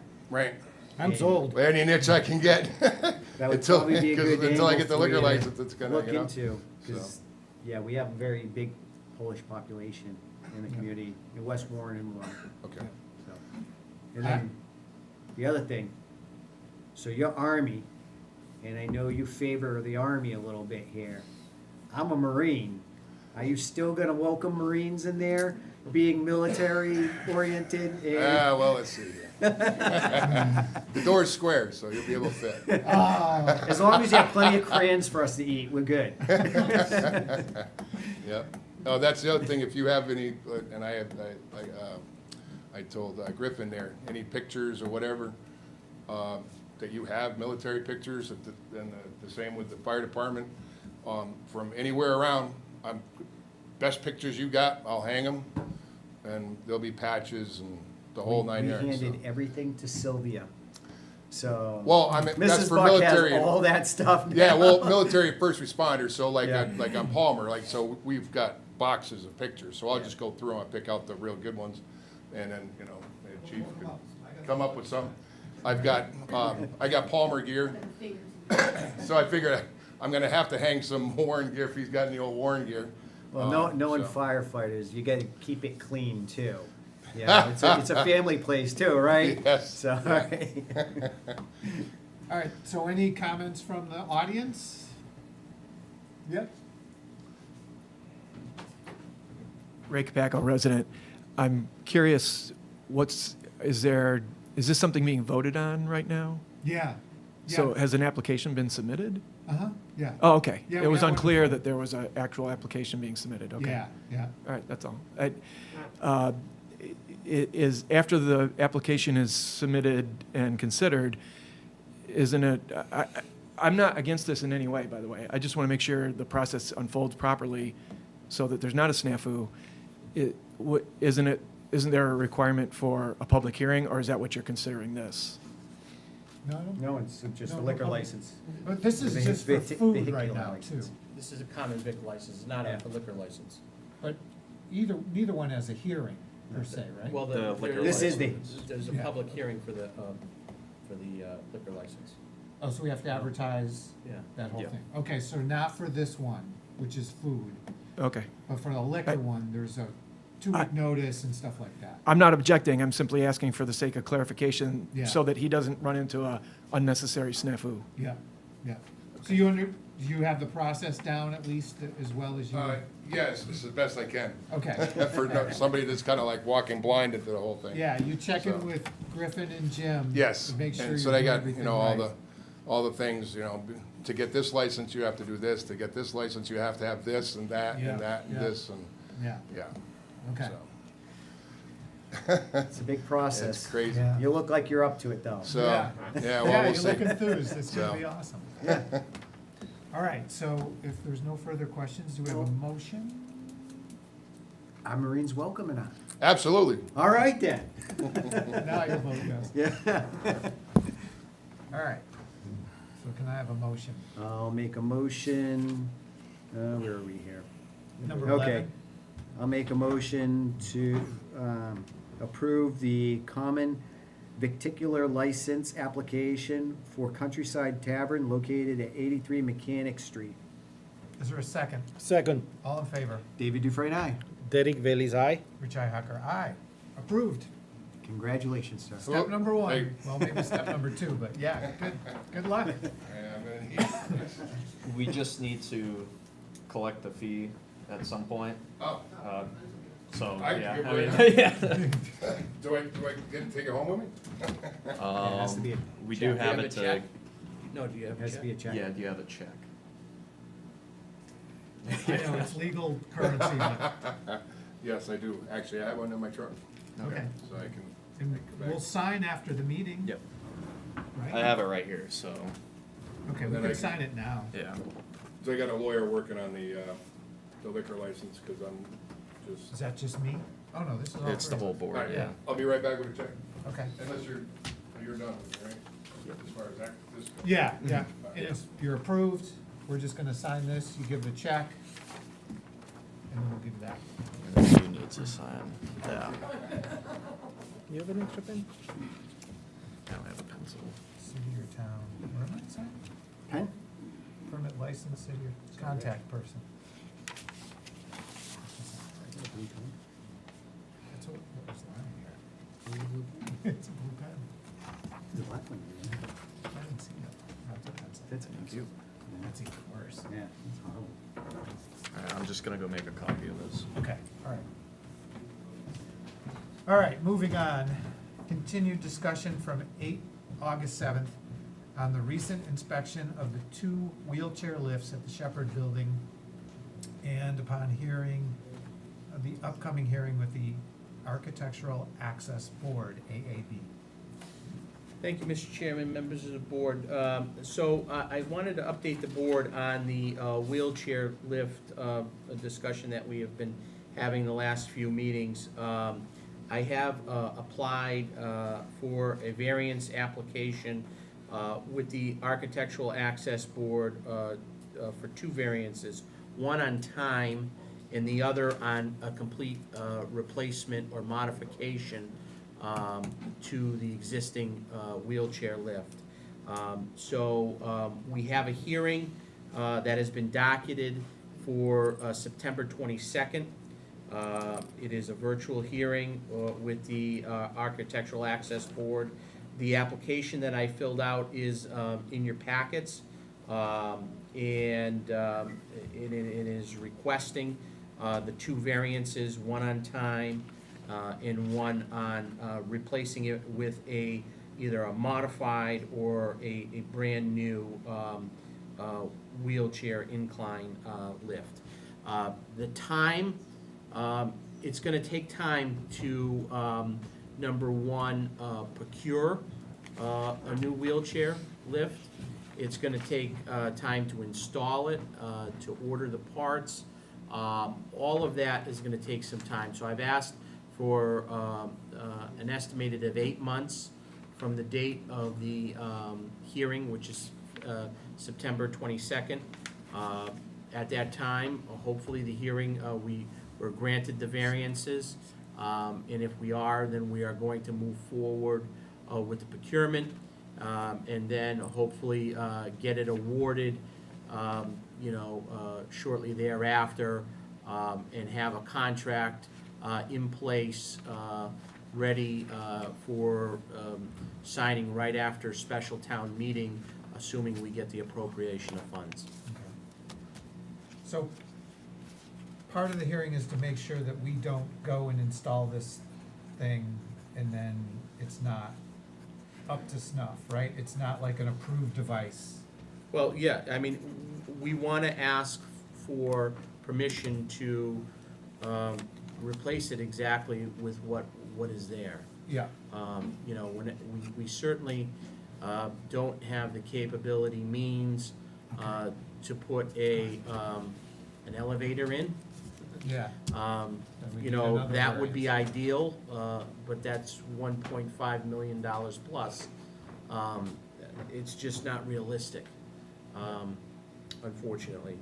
But, I think that this would be an acceptable solution to the situation by replacing it with, either modernizing. What I mean by modernizing, putting everything new except for one of the boxes up top that could potentially be modernized. It would save the town some money. Or if it was to go all out brand new with a potential different vendor, it would be a little bit more money. Okay. So the procurement would state, modernize or replace. Okay. So, 22nd. So by our next meeting, you'll have, well, you're just doing a hearing. How long does it take? What's the turnaround on? Well, A decision. from what I was told, the next day I should know the decision. Okay, So so the by the 20 next meeting, we'll yeah. have an idea of Yeah, what yeah. we're Yeah, approved. so, on a modernization project, the budget, what you're looking at for modernization is probably somewhere around $75,000. Mhm. For a complete, new, device, you're looking somewhere around 80 to 90. Okay, Um, yeah, you got 93 on here. yeah. Okay. Those are estimates. I drafted a plan to address accessibility needs for the building. I talked about it at our department head meeting. Department heads were notified to assist and help out anybody who is in need of accessing the building. We're gonna provide curbside service if needed and if requested. There is a buzzer out there that does work, and if somebody hits the buzzer, somebody from either the tax collector, the town clerk, or the Board of Selectmen's office will respond immediately. And there's also a telephone number out there to contact the administrative assistant, and that a prompt response will happen.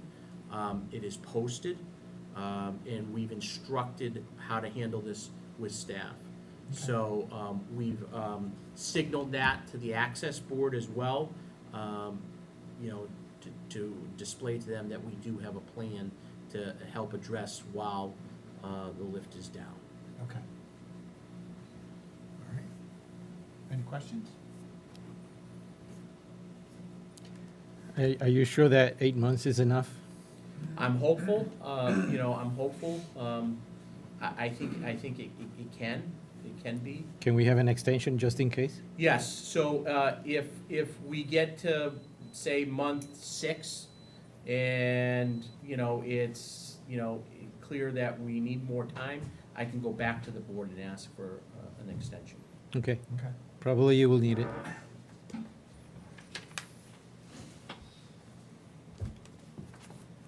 All righty. Mr. Duff. Report from Quabog Regional School District Superintendent Steve Duff on district operations. Oh, thank you. First and foremost, I want to publicly thank the Finance Committee in Warren, the Board of Selectmen in Warren, Jim Ferreira, the Town Administrator Kofsky from West Brookfield, the Advisory Board from West Brookfield, and the Select Board from West Brookfield for your efforts with the budget this year. I know that it was a lengthy process. I want to personally thank the Board of Selectmen from Warren for putting an article on. I think that collaboration of working together and having a common vision as we move forward and having the trust in each other certainly pays off for all people that are involved. So I want to start off by thanking you guys for supporting our students and our teachers. And I think that with some of the reports that have come out, which I'll share with you guys in just a minute, I think that your investment in our students and the opportunities that they have now is just a testament to how we work together and get things done. So I want to publicly thank you guys for that, because that was a big day for everybody within our towns. So thank you for that. We did have our first day with our students, and our students last week. Prior to that, we had a week of professional development. During that professional development time, I want to thank Chief LeBoy and Chief Millette for coming up, speaking with our staff, looking at our buildings, working on our safety protocols and our ALICE protocols, which is important, not just for our students, but more importantly for our staff, so we know what to do in case there was ever an emergency. I can't say enough about the efforts of the West Brookfield, Warren Fire and Police Departments in those areas. Once again, our partnership with them has never been stronger. Recently in the U.S. News, I don't know if you've seen it or not, but out of 75 schools in Worcester County, Quabog was ranked the 10th best school in Worcester County. Without any of our neighboring towns, any town that touches Quabog, we're ahead of all the towns. The closest town was Tantascwa. They were ranked 12th. Quabog was ranked 10th. If you look at us in the national rankings, we're in the top 11% across the country. So if you think of all the schools in the United States, and Little Quabog and Little Warren is in the top 11%, I think that speaks volumes about our educators and the information that our students are taking. And I know we talk about it a lot, but when you look at moving to a town, I look to move to Quabog with my kids because of the school district. When you start looking at moving to towns with kids, the first thing that you do is you look at what are the schools like. And when you have a school such as Quabog that's in the top 11% in the country, as well as the highest ranked school around us, I think that speaks volumes, and your commitment to our school district and our students is starting, it has paid its dividends. But I wanted to share that with the board because that's something that our town should be very proud of. And I'm certainly very proud of the effort of our kids and our staff. If you've noticed, at Quabog, we are building a concession stand on the end of the football field. We did get an earmark from Representative Smola, so that building that's being built is not costing the school district any money. I do want to recognize Fountain and Sons. I didn't know Jim was going to be here tonight, but Jim is here, and I would recognize you even if you weren't here, Jim. Fountain and Sons has done a tremendous job of working within the budget that we have, and even doing a little bit of donating on the side to help this project get done. We'll now have 3 working bathrooms and water down at the concession stand, which will be a huge improvement from the 2 porta potties that we had. I know Mr. Dufresne was at the football game the other day, and using a porta potty with 400 or 500 people there is not terrific. So it certainly will be a big upgrade for us. So we're very thankful to Representative Smola for getting that funding for us, and super appreciative of Fountain and Sons for all the work that they're doing there. Can I just speak of that? Yeah. I have to say, I was looking at the concession stand. The building's beautiful. You guys are doing an amazing job good work. It looks great, and the fact that the town didn't have to pay anything for it is even better. But I have to say, you do an outstanding job and good work over there. And that building went up quicker than I ever expected it. I seen them pouring the foundation like 1 week, and the next thing I know, there's a building on top of the foundation, and that was fast. Yeah. Yeah, so good job, and it looks amazing. Yeah, so. and that speaks volumes about Yeah. how Jim contributes Yeah, they're doing to our it. school district. So thank you, Jim, and thank you, Derek, for helping out with the plans. So your plans are coming to life as well as we're watching it. So once again, hopefully we'll have that done within the next few weeks, and at our next, not this upcoming football game, but our following home game, hopefully that will be ready. And we are keeping the other smaller concession stand on site, just so that you do know that. And we're gonna allow the Pop Warner to use that concession stand, so they'll have their own concession stand, so they don't have to bring stuff back and forth anymore. So we're trying to partner with the folks for the feeder programs for all of our kids in our community. IVAC, as you know, we did have a $304,000 IVAC grant to upgrade all of the controls at Quabog, once again, at no cost to the town, like the concession stand. We did apply for that grant, we did get it. There was a lot of work that was completed over the summer. We'll be completing that project over the next month or so. So I'm hoping, like we saw at Warren Community Elementary School with the project that we worked with Mr. Ferrera on, that we'll see a savings in oil on that, which will be spectacular. So we're trying to make things as efficient as possible. We did apply for a Green Community Grant project specific to regional school districts. It's a DOER grant for $150,000. We'll find out on that in March. The second round will be in March. We have chillers that are on the rooftops, and they are no longer functioning. They're original chillers to the building, and they're super expensive to replace. So we're making a proposal to put mini splits in different office areas in the auditorium. As you know, it got warm in the auditorium because the chillers don't work. So we're looking to get grant funding to take care of those projects. So I will keep you updated on that. So you're just gonna take the chillers off the building and Yep. they're gone? They're gone, and then they would insert the mini splits in the different areas, which if one mini split goes, then you can replace that. If one chiller goes, we run into problems. Yeah. So we're trying to be more efficient with those pieces and without costing the town more money. I do want to give a shout out to Town Administrator Ferrera. He's been working very close with Mr. Estrella on the Green Community Grants and trying to offset the cycles. So that partnership, both with Warren and with West Brookfield, are starting to pay huge dividends down the road, and we continue to look for different ways that we can be efficient to offset, our assessments to our towns. Today, we did participate in the 9/11 ceremony down at the fire station. We had 12 of our new cadets down at the fire station with Chief Lavoy and members of the fire department. It's hard to believe that it was 24 years ago. I can still remember sitting there watching it on TV and not believing it. And I think maybe it was Jim or Seth that said today that, the kids that are down there weren't even born at that point. And I remember it was like yesterday. But I do want to thank Chief Lavoy. We thank him a lot, but we wanted to thank him for including our Fire Academy kids in that. The Fire Academy continues to put out more and more firefighters every day. So we're looking for this group to certainly contribute. I know Adam can talk more about it than I can, but I know we have several students that completed the Fire Academy and that are now part of the Warren or West Brookfield Fire Department. Our EMT class, we had a very successful year last year. All of the kids passed the first half, and I think we're up to 3 that passed written, Adam. Yep, we have 3 students that have passed the written portion. So we have 3 students that are certified as EMTs coming out of high school that cost them absolutely nothing.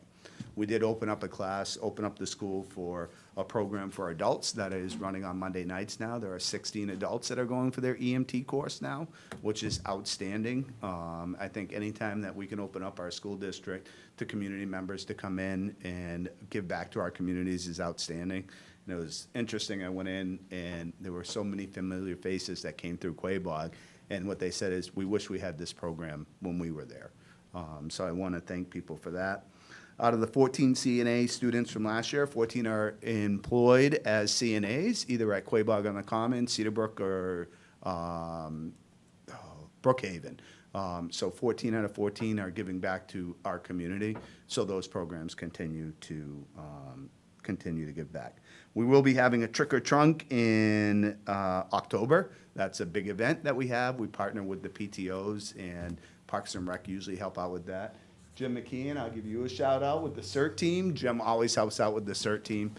They're always readily accessible to us, so we're super happy about that. We are coming up with a school alert, which might sound like a town alert, but we will be coming up with an app. Mr. Velez has helped the school district come up with a school alert app that will be able to shoot out quick messages to our families within our communities. You know, if there's a snow day or if there's a sporting event that got canceled, we can do real live time like you do with your town alert. We can do that through Quabog, so you will see that. If you're a parent in our school community, you'll see that rolling out very shortly. And we thank Derek for your help with that as well. North Brookfield tuition.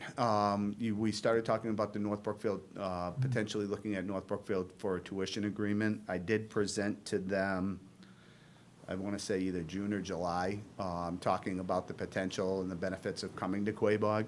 I guess one of the big things is when you look at our rankings, Quabog is, out of all the districts that are interested, Quabog is the top-ranked district. Right now, there are 2 districts that are interested in tuitioning with North Brookfield, Quabog and Quabbin. Quabbin did present to North Brookfield as well.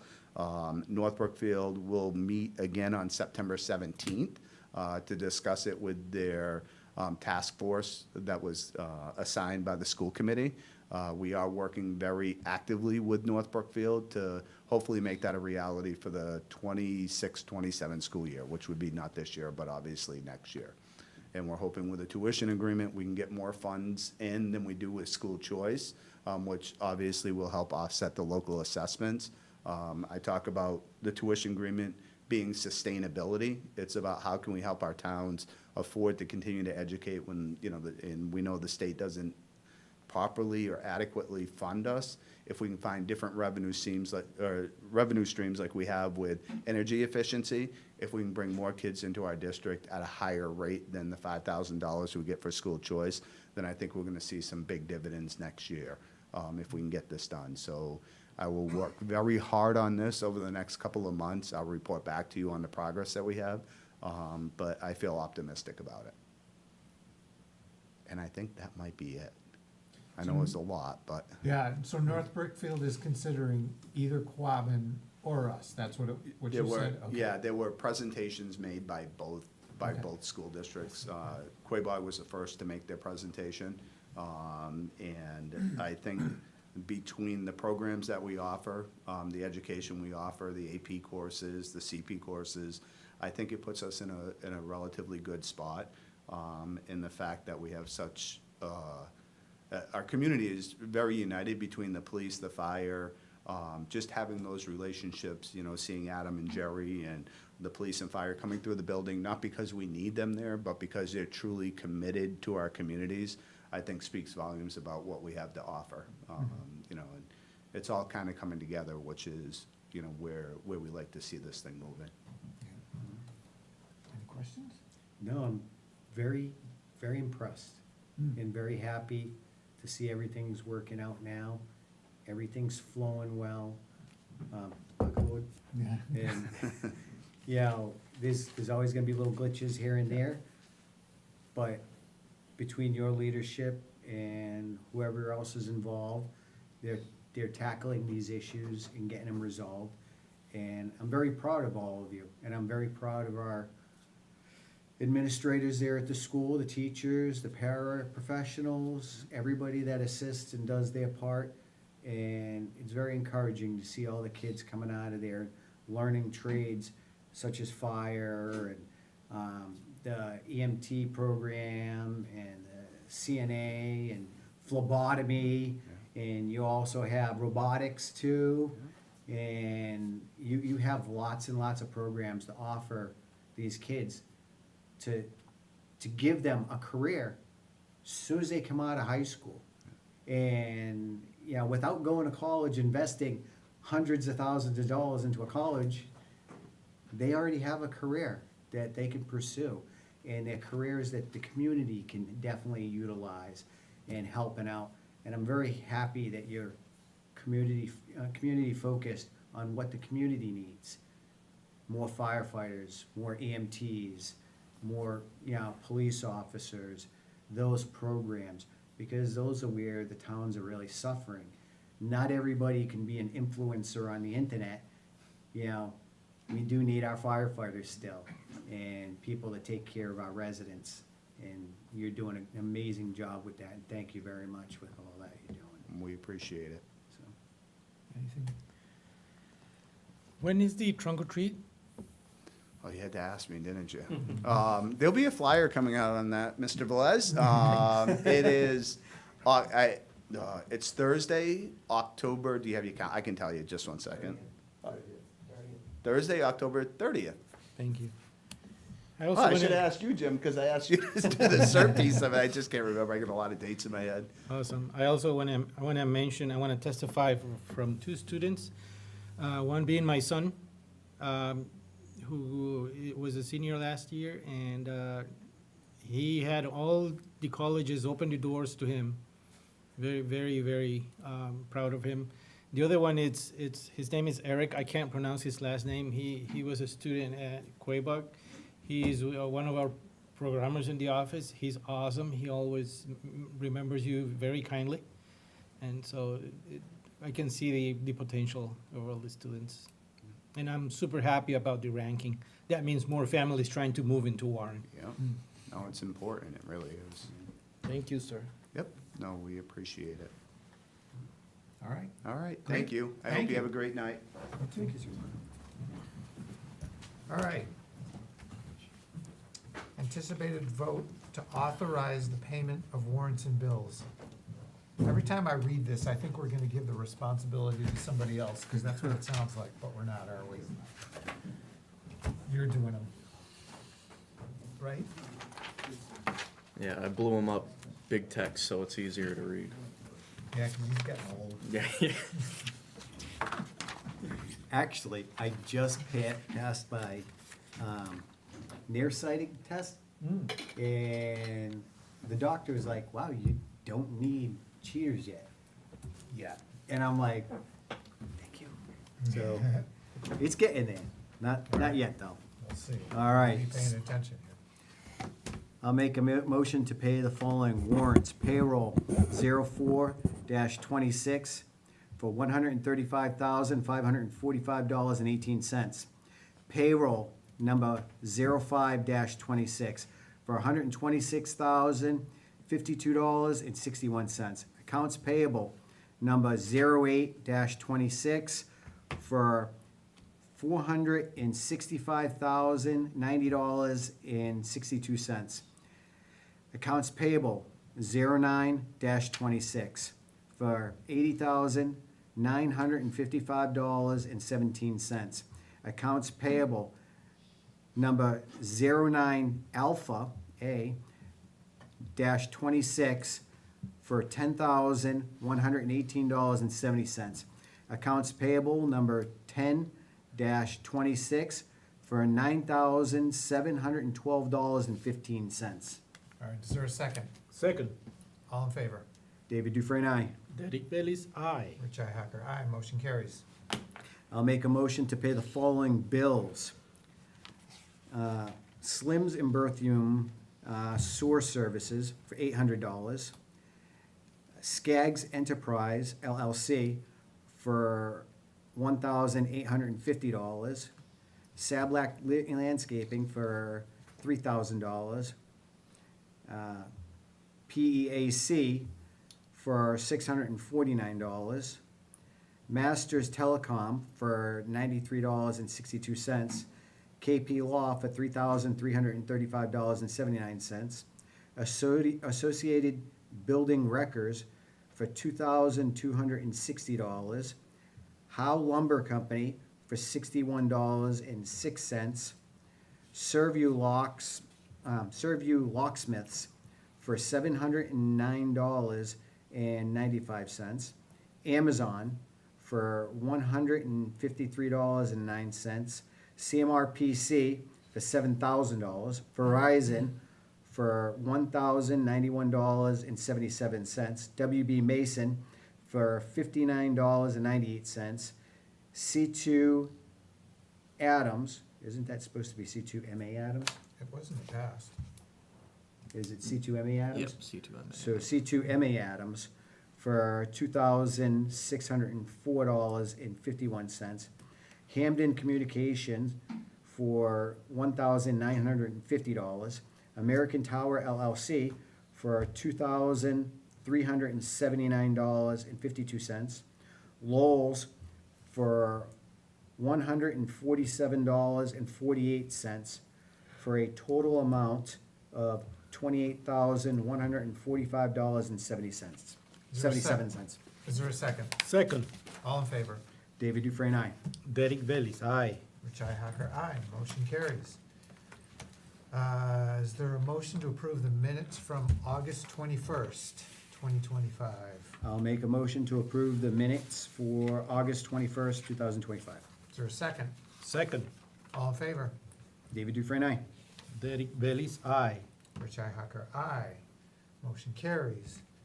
Town Administrator report. Thank you, Mr. Chairman, members of the board. So for my weekly report, as I start my weekly report, I just want to comment and offer our thoughts and prayers to an employee who is out on a medical leave at the sewer plant. We hope that his speedy recovery and speedy return happens. This week was a very busy and productive week. We had interviews for the ACO, Animal Control Officer, this week. Myself, our current ACO, Tammy Dufresne, and Chair Rich Ihacker participated in the interviews. We had four interviews were scheduled. 2 individuals showed up. At our next board meeting, 2 individuals will be hopefully coming forward for consideration to be appointed, which are, the 2 interviews. One is going to be the person that was selected or recommended for the ACO position, Deborah Young. She is currently the ACO in Brookfield, and Ryan Davis as the alternate, who is currently the animal inspector for the town. 2 uniquely qualified individuals. Hope to have them at our next meeting for consideration by the board. We had a department head meeting this month as well, in conjunction with Maya, our risk management provider. Deb Williams came out, provided staff with some updates on our risk management plan, informed staff of trainings that are being offered by Maya, and encouraged department heads to sign up for those trainings. I've currently am working on getting Webster glass and Eastfield glass to come by and look at the windows here. I had mentioned the project to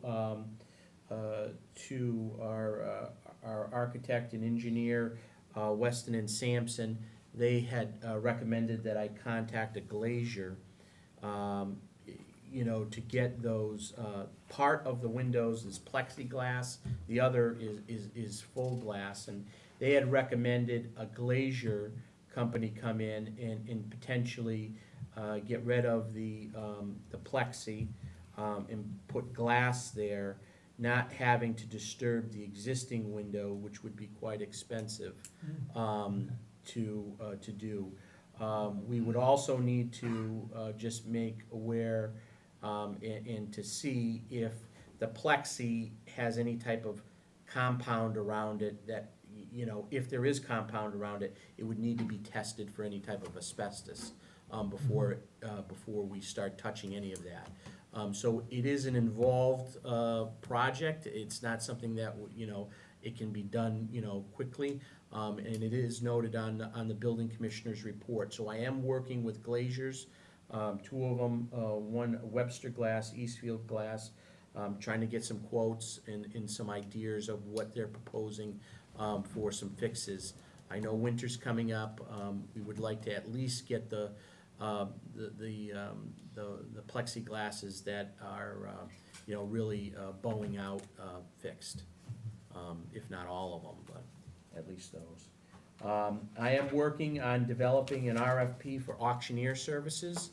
I think it's critically important on the heels of 38 Elm to continue the town's efforts to recover some of the money that is owed to the town in back taxes by the sale of town properties that have been deeded to the town prior to November 1st of 2024. So I am working with the treasurer. I'm gonna have that RFP drafted within the next 2 weeks, and that will be going out for services, for auctioneer services. And as soon as we have an auctioneer in place, I would really like the treasurer to work with the auctioneer to get these properties listed and sold.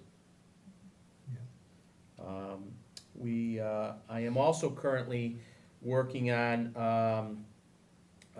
the honor roll wall that is outside of the library, the Warren Library. Mr. John Dijek from Rural Improvement came to see me about a month or two ago and asked for some assistance in addressing the honor roll wall. And he and the Rural Improvement Committee have designated funds to replace and repair and update the list of the honor roll wall. And I'm currently working with a vendor out of Springfield, Awards Company. They have specialized in plaques, these types of walls, and different things for updating these types of unique projects. They have specializations in this. I've dealt with them in Springfield. They are very good. What we needed to do was to come up with a list that can be manipulated for the honor roll wall. And what I mean by that is I needed something that either in Excel or a Word format that has all of the names on there. The current names that are on there are on maybe some type of paper that has faded away, and curled throughout the years of having the sun hit the plexiglass. So he's taken all the names, which there's quite a few of them, from the American Revolution up to the Persian Gulf, and have transposed them into Word format that can be manipulated. I have circulated this list to Joe Condrat, to Sylvia Buck, to our veterans agent, and to John Dijak, and to try to preliminarily have them go through this list. I know that our veterans agent had provided me some different lists. I know that the Sylvia Buck had provided me with some lists.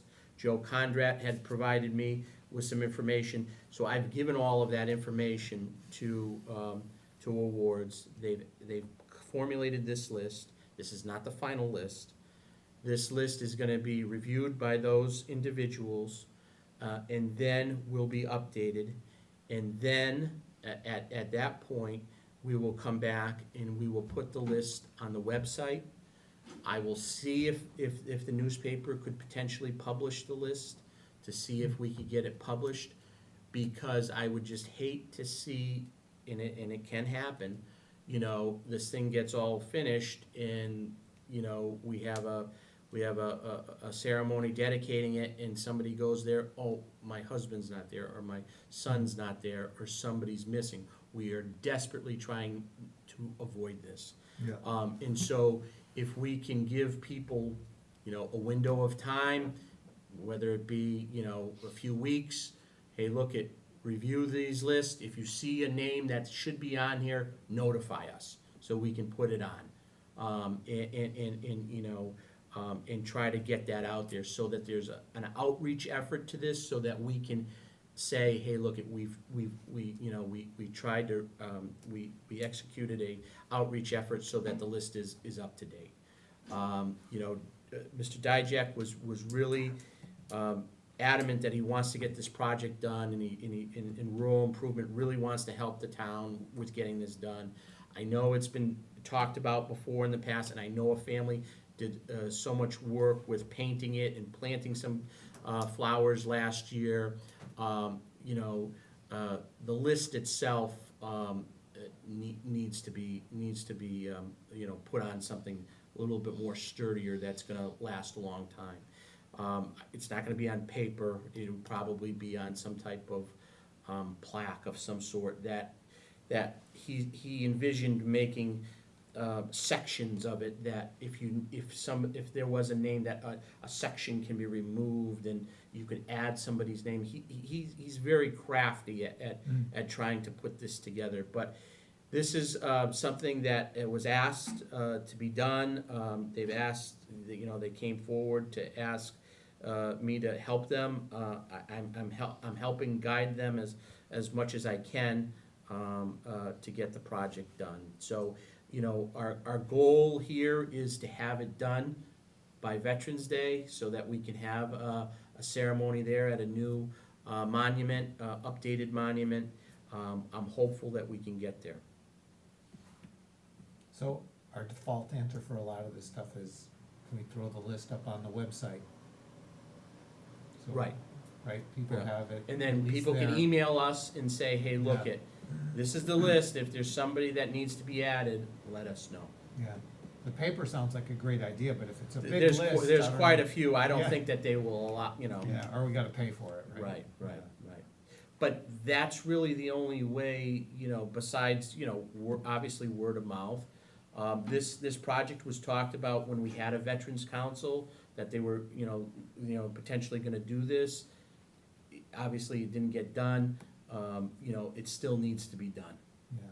My suggestion for using the paper would be, ask them to put something in there referencing Yeah, the website, Okay. saying that list is there, and asking residents to take a look at it on the website if they live in the area. Or yeah, press release or something. Yeah. Mhm.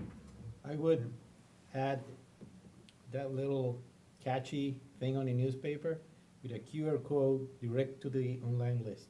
Mhm. Okay, Mhm. Because that way you can see everybody there. okay.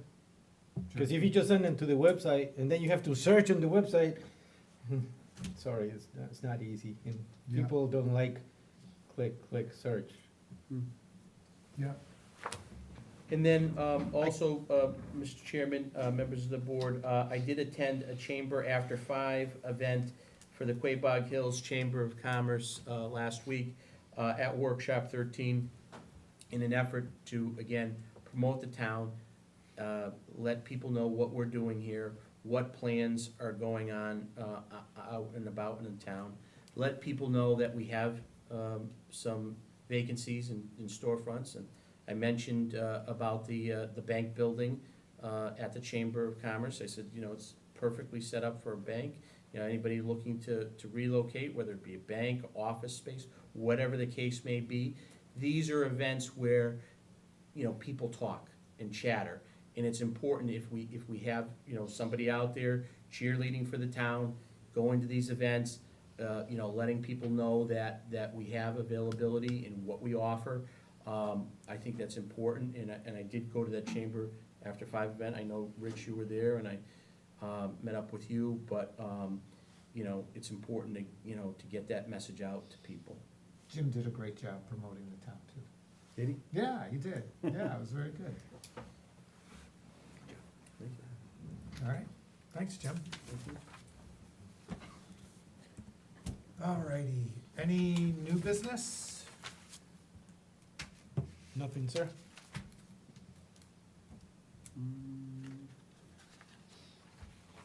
Old business? All right. You wanna- Well, the old business, we have the list. Oh, yeah, we can do the list real quick. Or just, is there anything on there, I won't go through the whole thing, but is there anything on there that catches your eye, I guess? Credit cards for the town. Credit cards?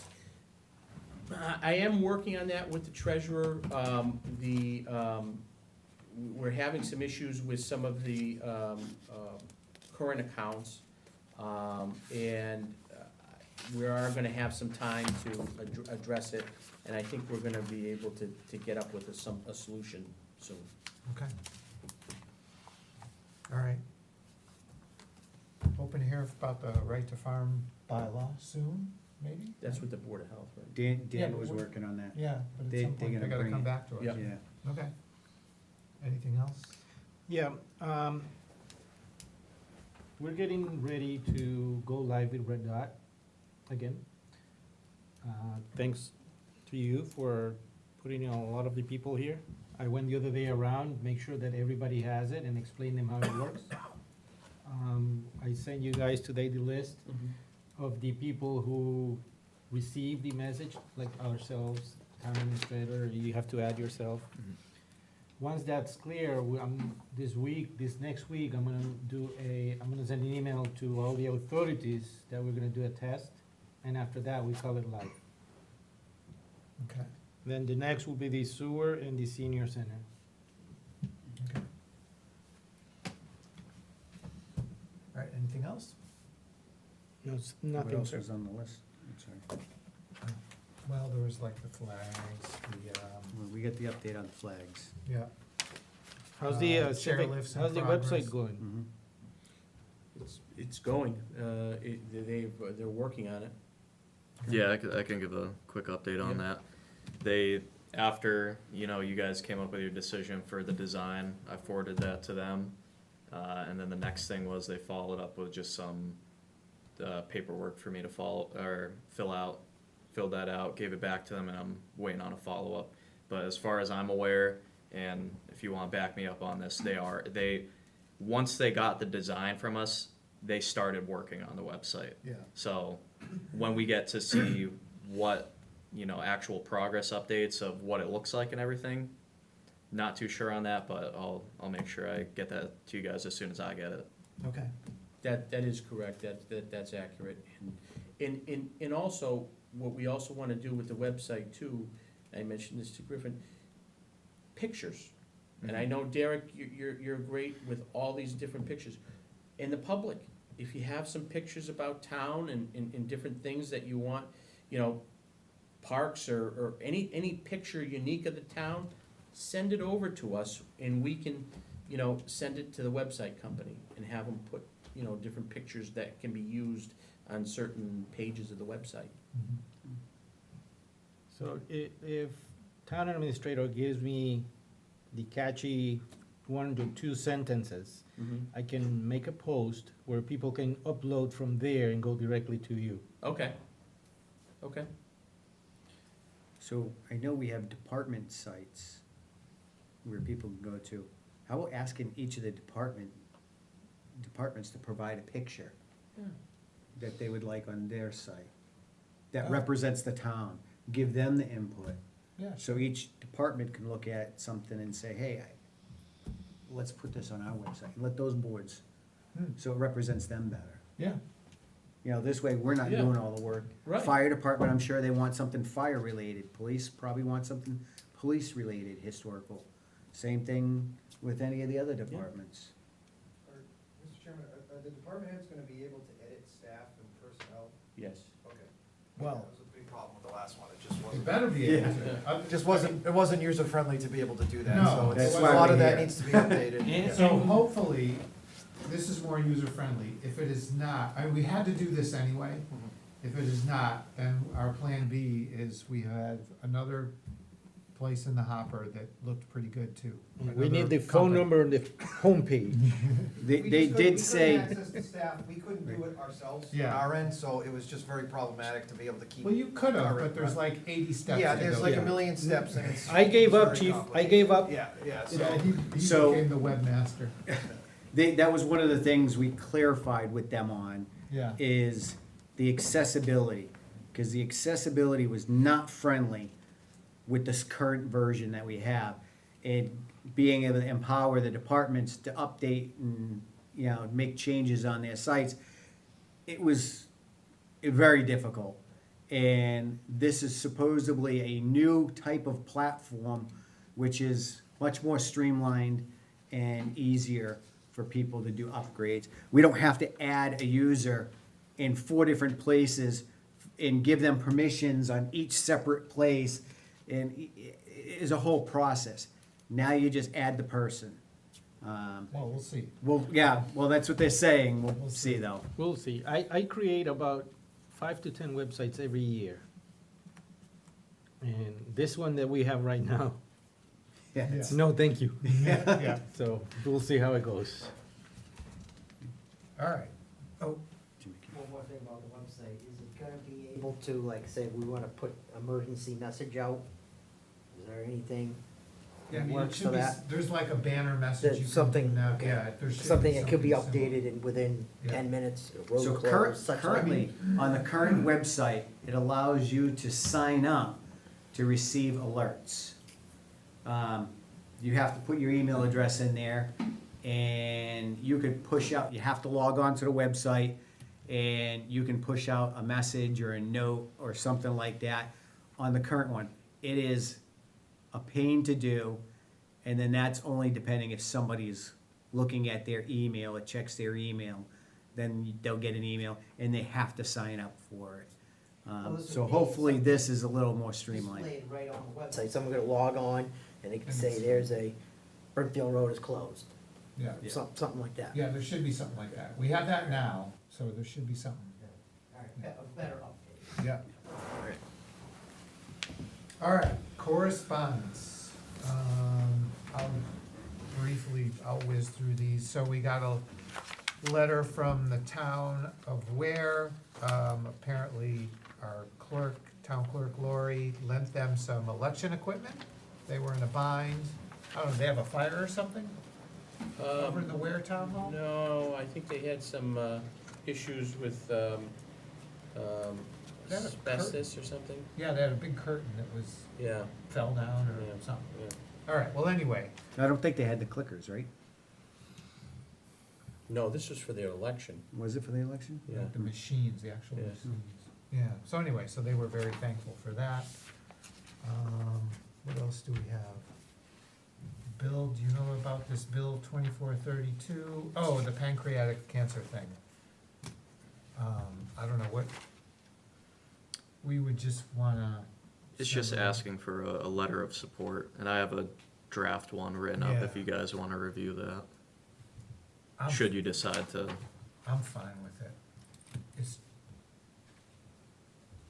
It's like, what was it, the third leading cause of death in Massachusetts? Yeah, I read somewhere.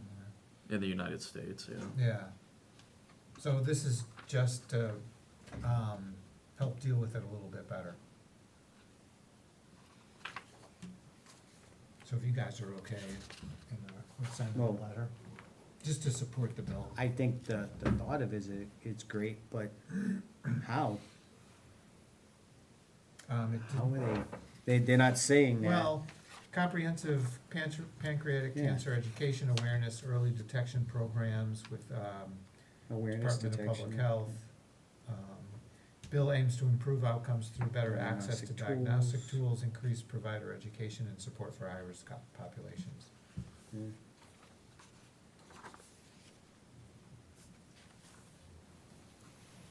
I'm good with anything to stop cancer Yeah, I'm okay with or it, fight it, yeah. better educate. Yeah, and I have a draft written up that you guys can review, and then if you're Okay. good with it, sign. Yeah, so send. Yeah, the where do I draft, sign? we'll look I, at it. I have it right here. Oh, okay, all right. All right, we'll look at it. Yeah. After the meeting then. Yeah. All right. Oh, so the assessors want to install a commemorative plaque beneath the tree that was planted in honor of Don Makowski out here. Yeah, I mean, I thought Yep. that would have been a good idea right off the bat, because there's I'm just good a with it. tree there. Nobody knows what it's about, so yeah, that's fine. You good with that? Yes, sir. Okay, so tell them, yeah.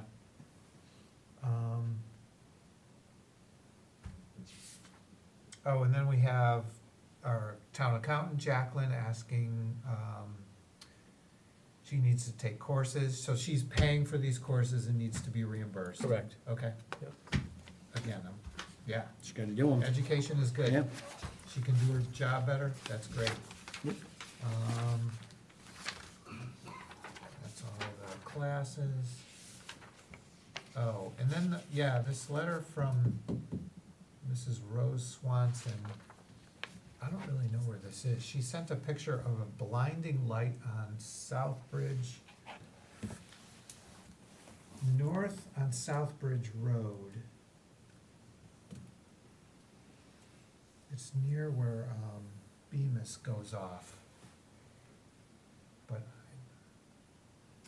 I'm not sure how do we handle this? I drive down that road every morning, I know what she's talking about. early in the morning, and I've never seen a blinding light. Well, there I is mean, that- one, and if I turn my auto high beam and low beam at night, when you're coming down, just that, close to that intersection, there's a house who has a big light, and my car thinks it's a car coming and turns out the light. Yeah.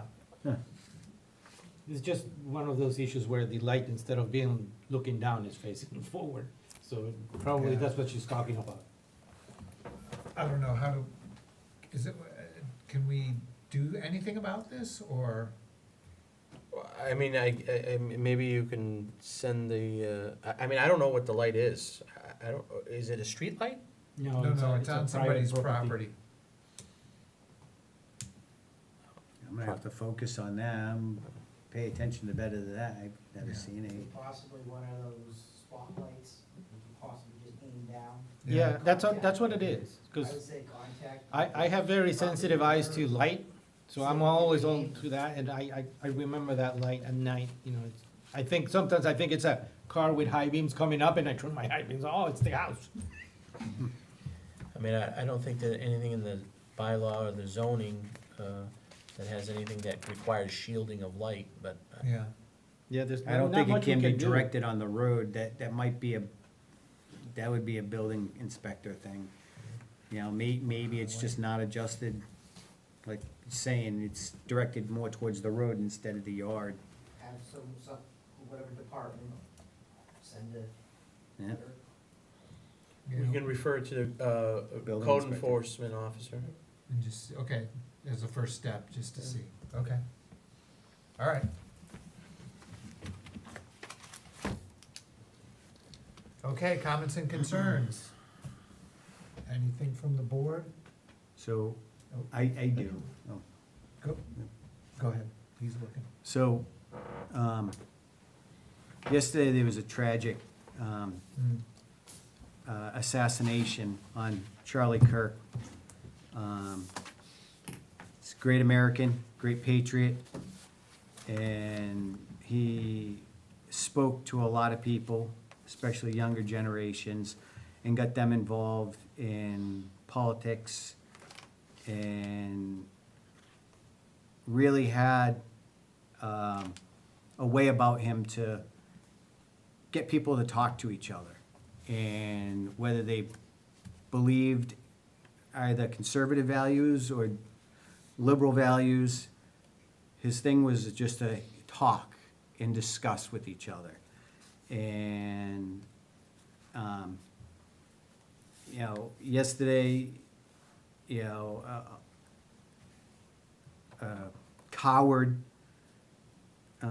assassinated him.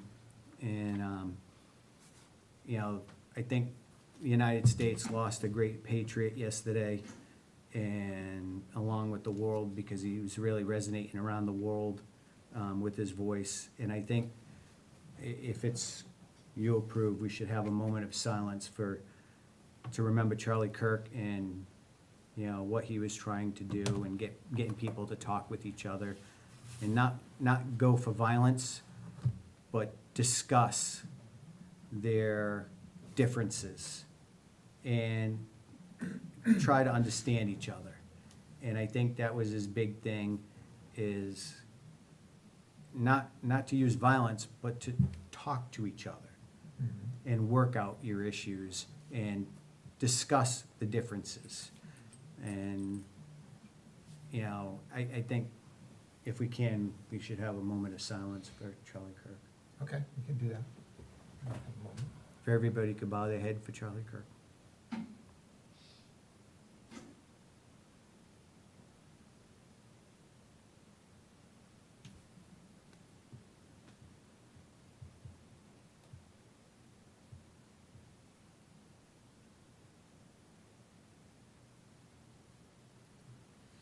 Yeah, violence isn't the answer.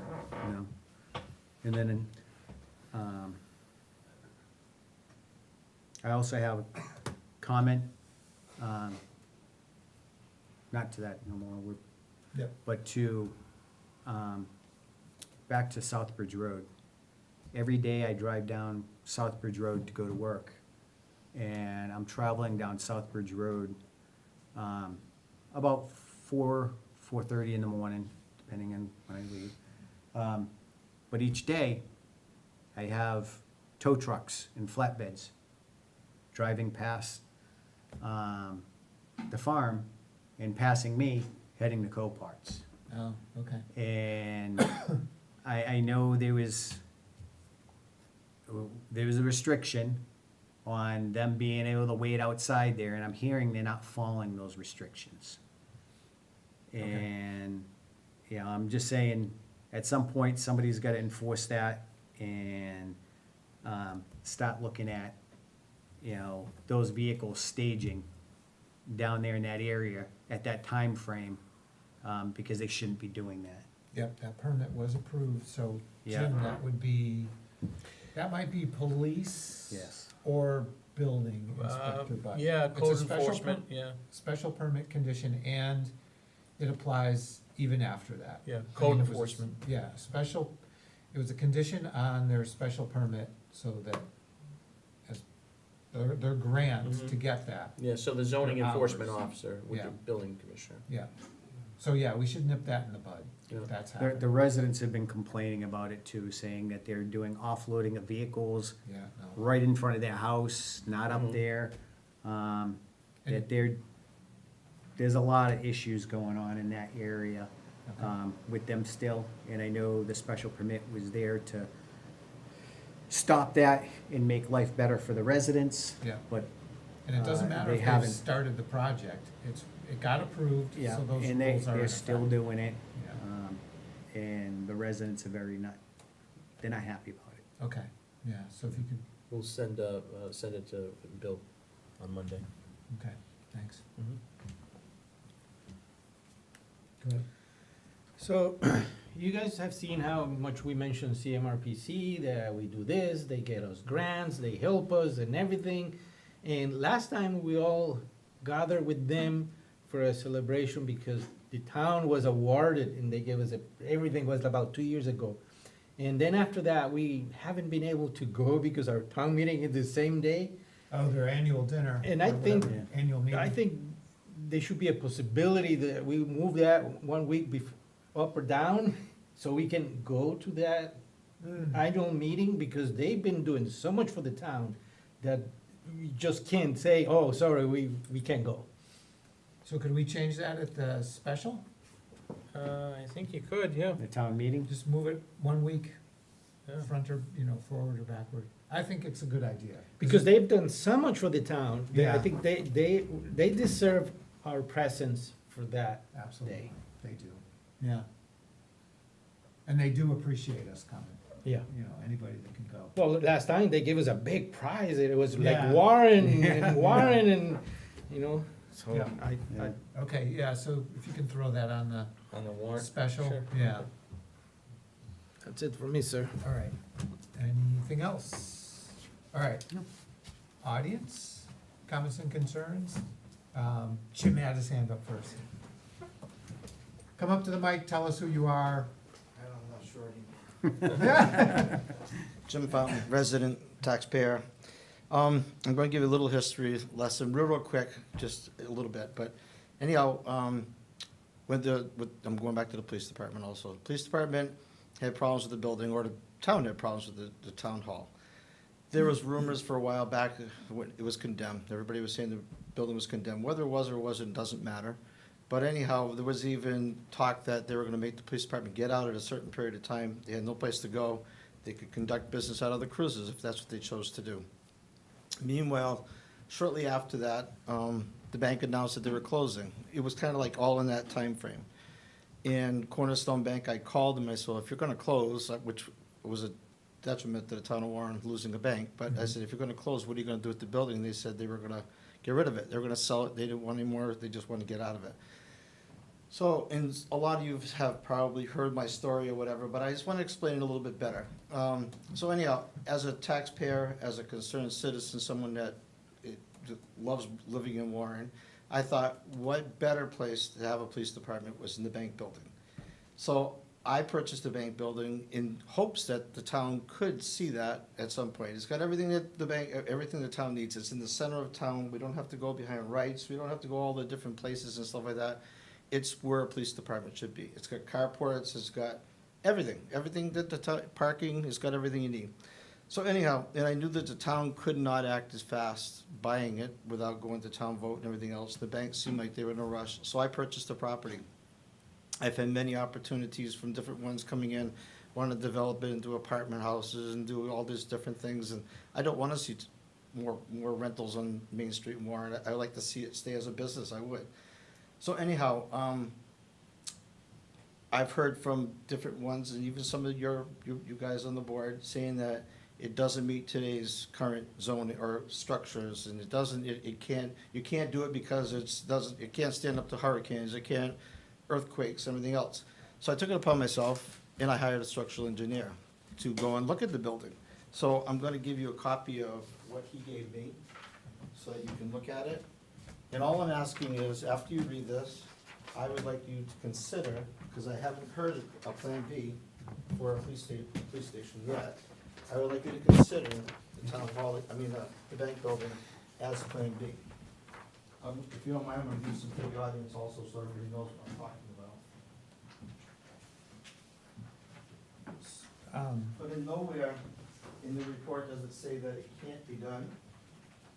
And it also doesn't sound like it's gonna be a major expense. It's gonna be a drop in the bucket compared to what we keep throwing around figures and stuff. And please don't get me wrong, Chief, I'm not here about downing the fire department. I'm not doing that. It's just that our needs are a police station right now, and we all know it.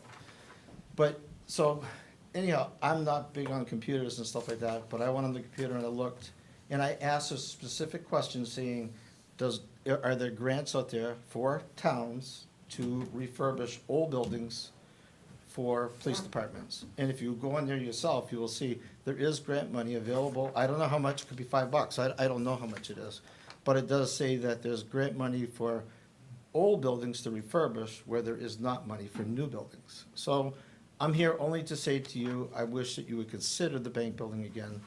I would be willing to negotiate, in good faith. I would take anybody that wants to go through the building and whatever. But I just think common sense, the police department should be on Main Street. It has parking, it's right next to current parking as it is. And I think it would be sufficient. For everything we need. We're not gonna be able to afford a $30 million building. We're not gonna be able to afford a $10 million building. But this building here, I think it will be just a drop in the bucket compared to what we're gonna come into other costs. And that building is very structurally sound. The bank maintained it for years, and I've done the best I can to maintain it right now, but we've been so busy everywhere else, I haven't even had a chance to wash the windows, but I'm sorry about that. But all I'm here for tonight is just to ask you guys to consider it as a Plan B, because Plan A is not gonna work. And I just can't foresee anybody in town being able to afford the taxes that you're talking about for a building, any kind of a building right now. I just don't see it. So, that's why I'm here.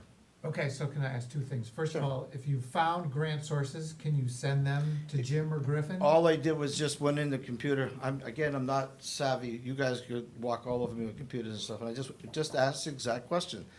Is there grants available to a town to refurbish an old building for a police station?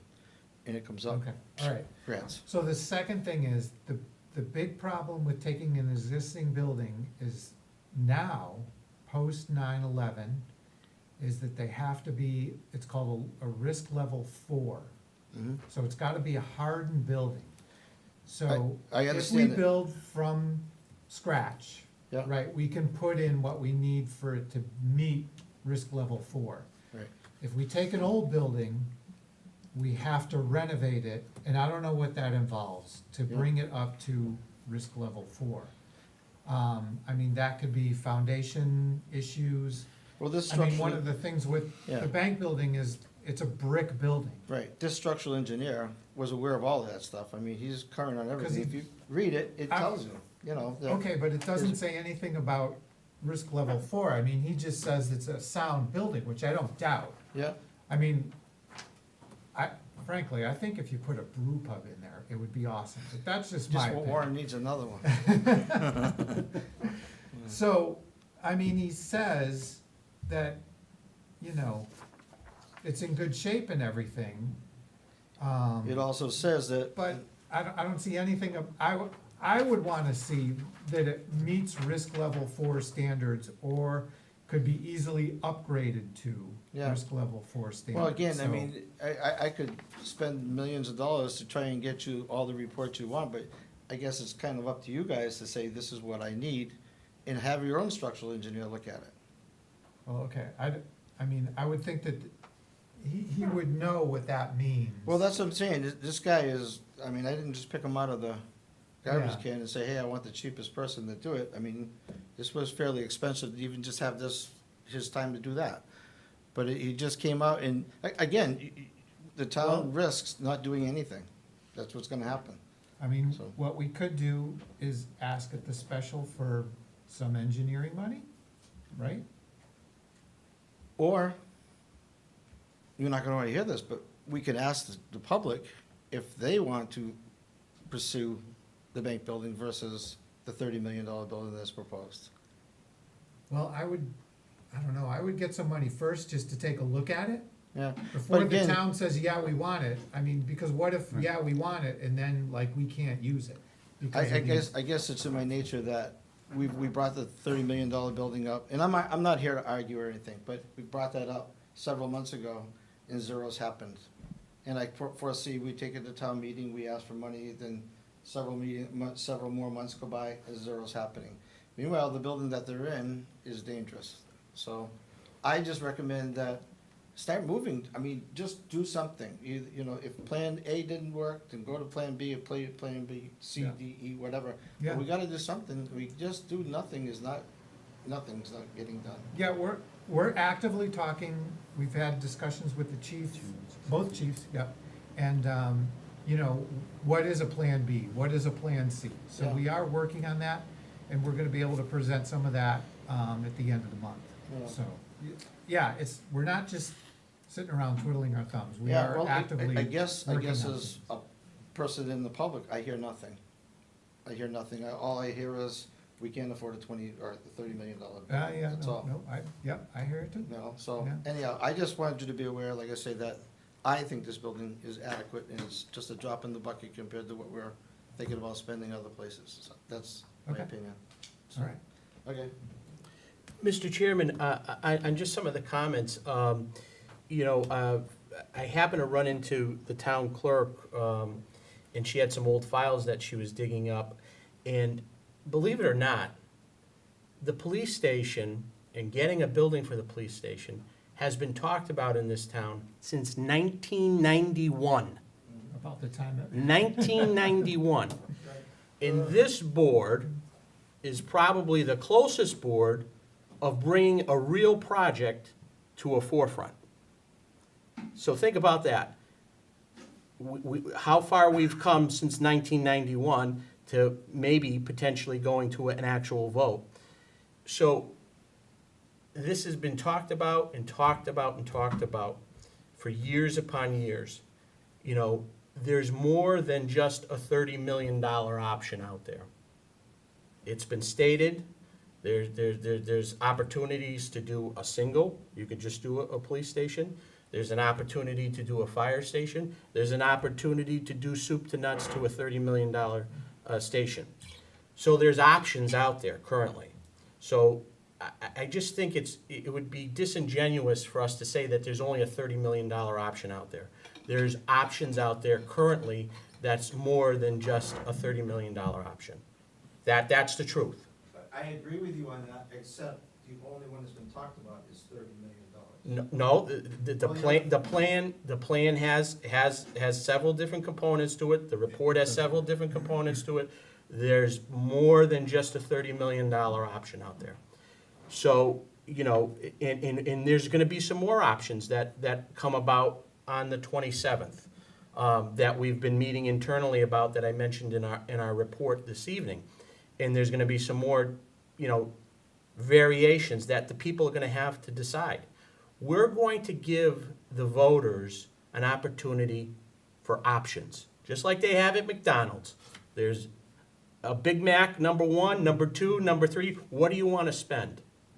And that's what you're going to have put in front of you. The selectmen have made an opportunity to encourage the public to submit public comments, to submit, you know, questions, concerns. I haven't received one. I got one tonight. But we're waiting on the public. The public's got to be engaged too. You know, we're trying to give as much information as we can to the public to make a conscientious decision. And we're not saying to decide whatever way you want to decide, but it's your decision. And we're trying to give them as much information as possible. So, you know, this board has gotten so close to the finish line right now. And really, the report that was done cost the taxpayers $0 because it was all done by ARPA and grants. So all of this work that we've done so far hasn't really cost the town anything. But it has come to answer a lot of questions, and I think it's to promote dialogue and discussion. And I think we're, you know, we're getting there. I think that there's going to be some more information passed out on the 27th that's going to be helpful to the residents to make a potentially informed decision at some point. And there are people who support the whole shebang. I have talked to people who said, whatever, let's just do the whole thing. We need fire, we need police, let's just do it. So it runs the spectrum from do not raise my taxes at all to let's just get it done because every year it gets more expensive. So you gotta like try and navigate I understand that, but this like, way through it, you know? and Steve Duffy is saying that they're trying to attract people to Warren. If you raise those taxes to where that would be, don't worry about it. The people in town ain't gonna be able to afford to live here. Never mind outsiders coming in. It's just not gonna happen. Yeah. We'll never sell new houses. We'll never sell what we have. We won't. Although, there is a pretty factor of a shiny new building, whether it's a police or a complex. Yeah. So that does make a difference to know that when you move there, you have a great fire department, you know, a great police department. So, again, I think what we wanna do, we're almost advisors up here. We're trying to figure out what we can advise the people on, and then we're gonna give options. And we're gonna say, you can vote on this, this, this, and this. What do you wanna do? I'm not trying to be argumentative. Please don't No, get no, it that no. way. No, But- this is the But my discussion. opinion is like Jim you just said, it hasn't cost the town anything. It really has, because you had a town janitor fall through the stairs at the police station that we currently have. And I'm sure the town paid something for that, I would think, I don't know, but I mean, and I'm just saying, the building's unsafe. We've all known that since 1991, we've known the building's unsafe. What are we gonna do? We're gonna wait till somebody really gets hurt there, and then we're gonna say, yeah, we should have done that, but we didn't. Yeah, no? Mr. Chairman, can I just say for the record, Mr. Town, I can assure you that we are looking at other options. Those conversations are being had. I just want to clarify again for everybody here, okay? Everybody keeps saying the $30 million building, okay? That was the top line, it wasn't 30, it was 28. I understand that's still an expense, but that was one of 3 choices. So everyone keeps saying that top number over and over again. That was one of 3 choices. That was a project that came off a grant that we needed to do to get to the next step of it. So we understand certainly that there are other things that we need to look at, and we are currently doing so. But what people seem to be not grasping is the difference between municipal building and private buildings, okay? And there's a huge difference there, and the problem is that, you know, people need to understand that we can't just ask, you know, a local business to build us something and then we move into it. We have to follow procurement laws, we have to follow prevailing wage, we have to do all of those things, and if we don't do it, we could not get a certificate to occupy the building, so we have to, I'm not saying we can't look at the best option, but the problem is we don't wanna shoot ourselves in the foot right off the bat, because if we do something that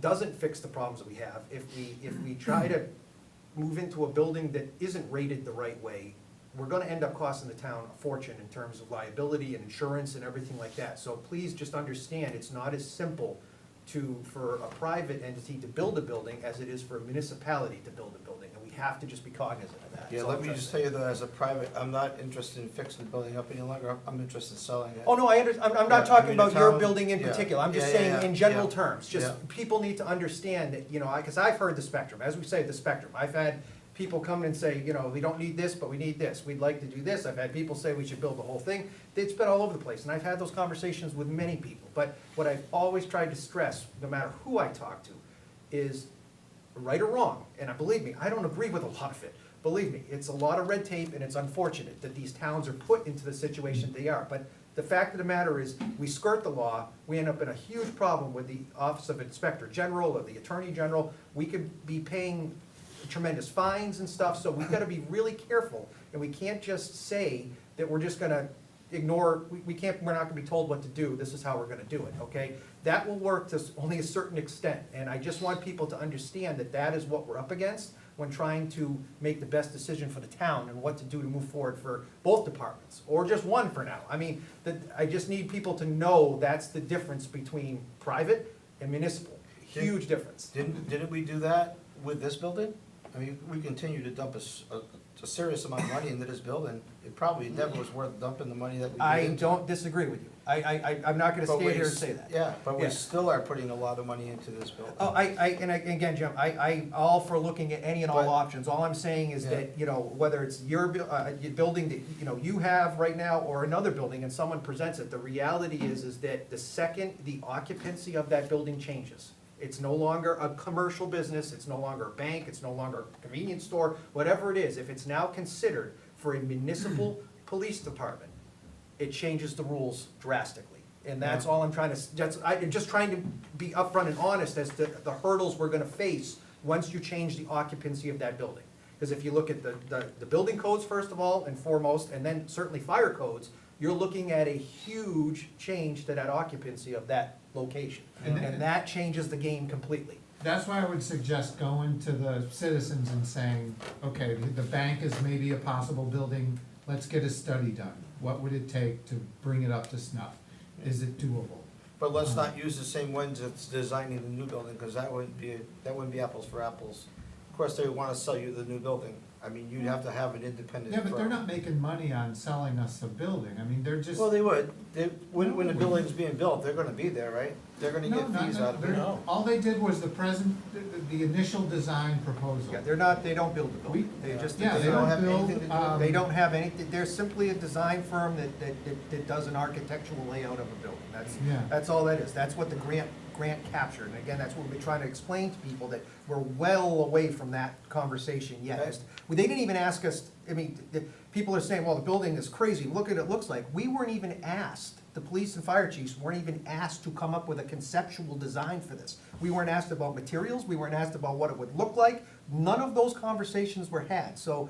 And they Just to won't clarify, happen. yeah, just They to won't. clarify, because I've Not heard yet. that too, is that, why would you guys design it like this? It looks like a fortress. We had nothing to do with that, not a single It's conversation in all the background about conceptual. it.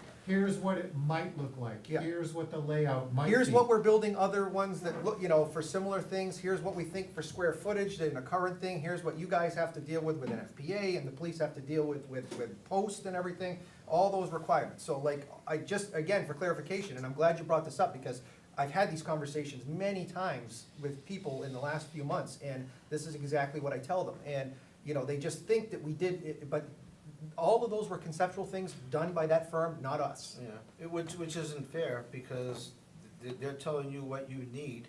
And I talked with the police chief, and his office was very, very large. He said, I don't need that. Well, if you didn't need it, they should have asked him, said, well, what size office do you need? I can't imagine there being a requirement, you have to have so many square feet No, per there's office. no, but, again, these folks, they do this based on, different builds that they've done around different size communities and stuff, and what modern day, facilities look like.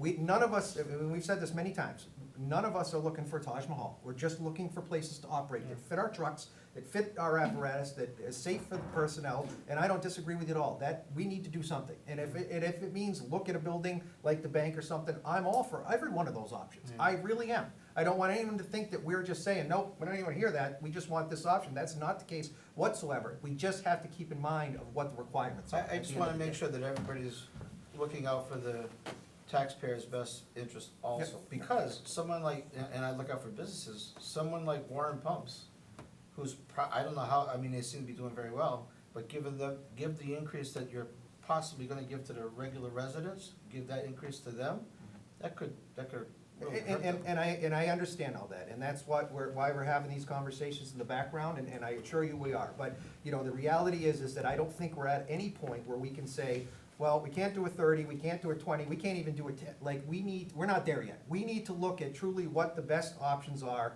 to try to incorporate at least some fix for both departments, so that we're not, because the reality is that if my fear, and I've said this at the last meeting, is that you approach the taxpayers for a decent upgrade for a police department. In a brand-new police department, I don't even think you're gonna get it anywhere close to $10 million.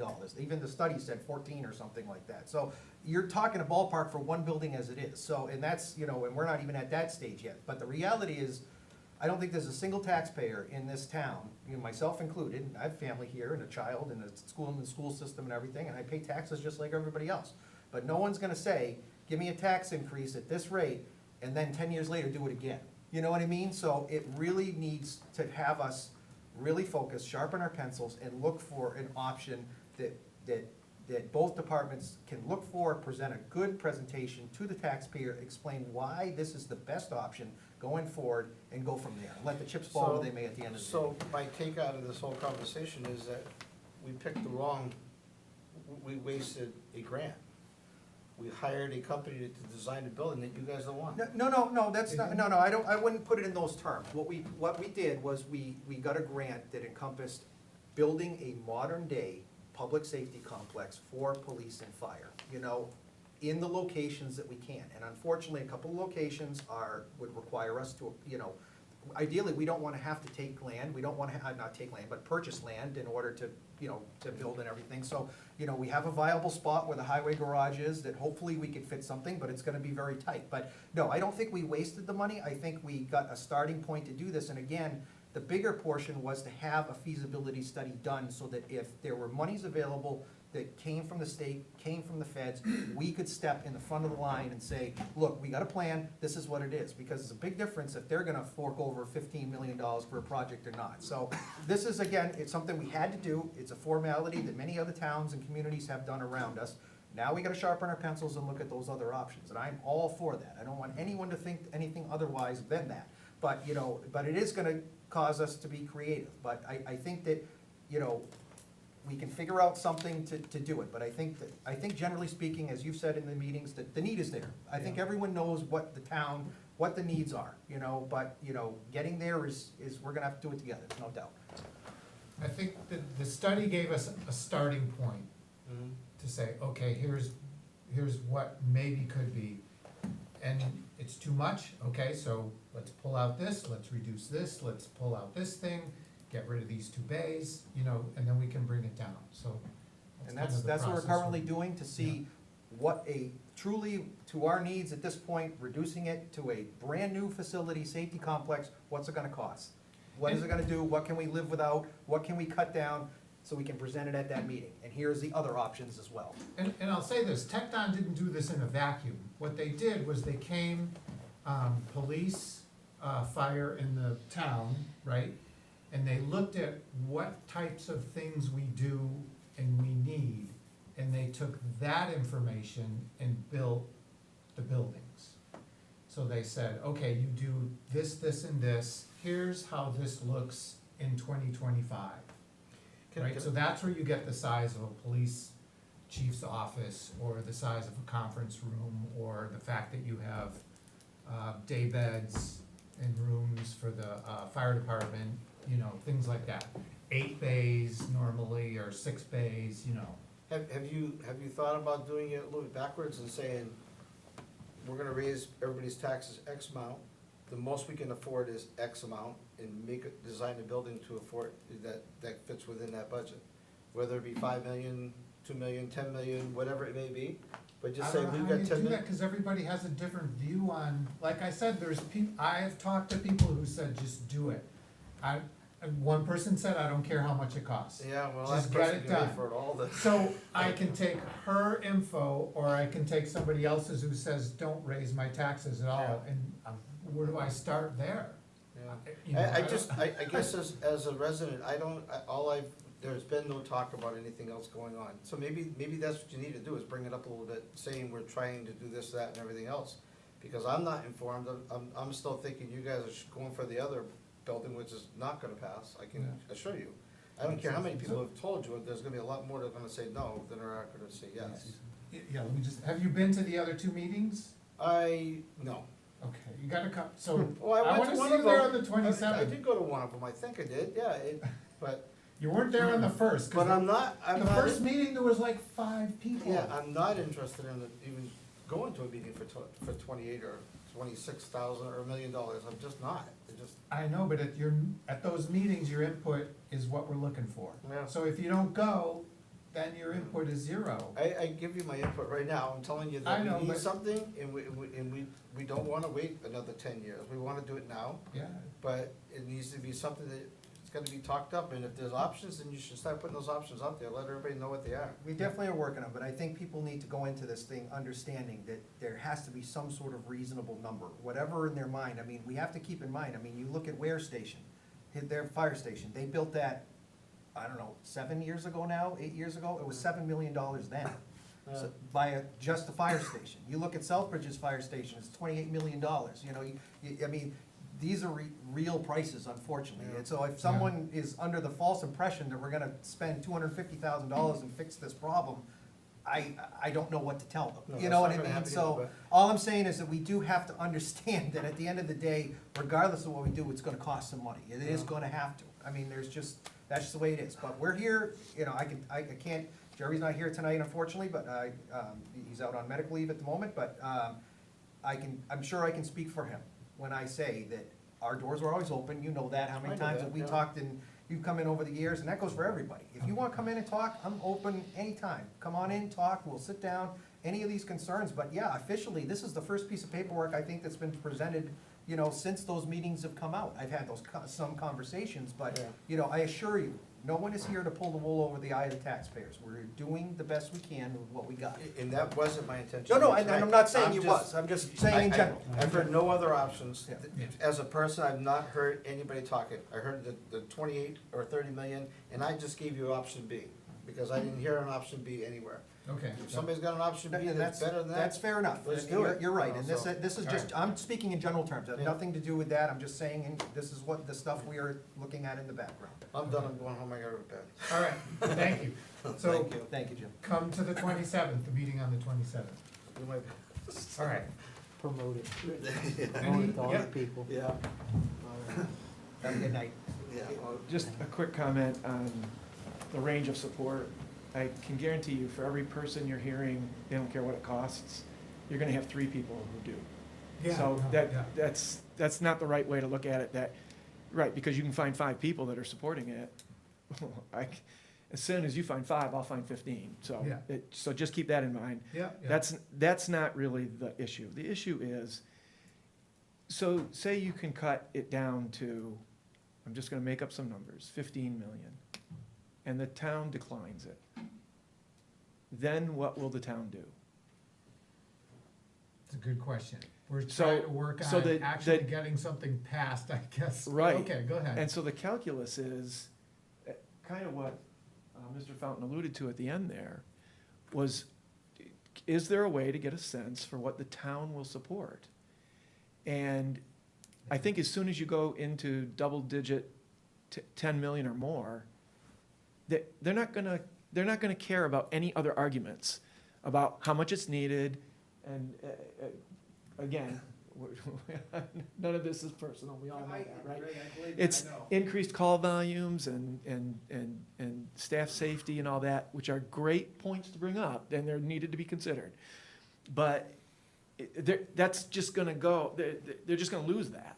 As soon Right. as they hear more than The- 10 million. The number, they're over And the so, number. so what I'm seeing here, so my second point is simply, the second paragraph, you've got an engineer, at least this engineer, who, I don't know, but apparently he's got a professional certification here, and he says he's reviewed the International Building Code, which governs all this.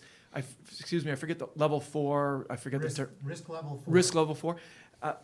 If he's reviewed the codes and he says it would be feasible to renovate and bring the building into conformance with the indicated code, I'm presuming he knows that that means it's gotta be risk level 4. I guess I would have liked to, you know what, can I call him? Sure. Okay, I'm gonna call him. And, Because okay. I would have liked to see that. I- This I- meets I- risk I- level 4, you know. Great, that's what we do, we look into Yeah. it. All I'm saying is that if this is true, and we just have to refurbish a building that is refurbishable, that would require a study. It'd require more than this, obviously, but this Yeah, is definitely. encouraging that this is Engineering, is this maybe a possibility? And so can it become considered as one of these options? And, Sure. and you may not know that until you get the study done. And Yeah, to be that's- honest, it would be imprudent to consider it as a viable option until you get that study done. But this meeting on the 27th is going to be dramatically important. Yeah, And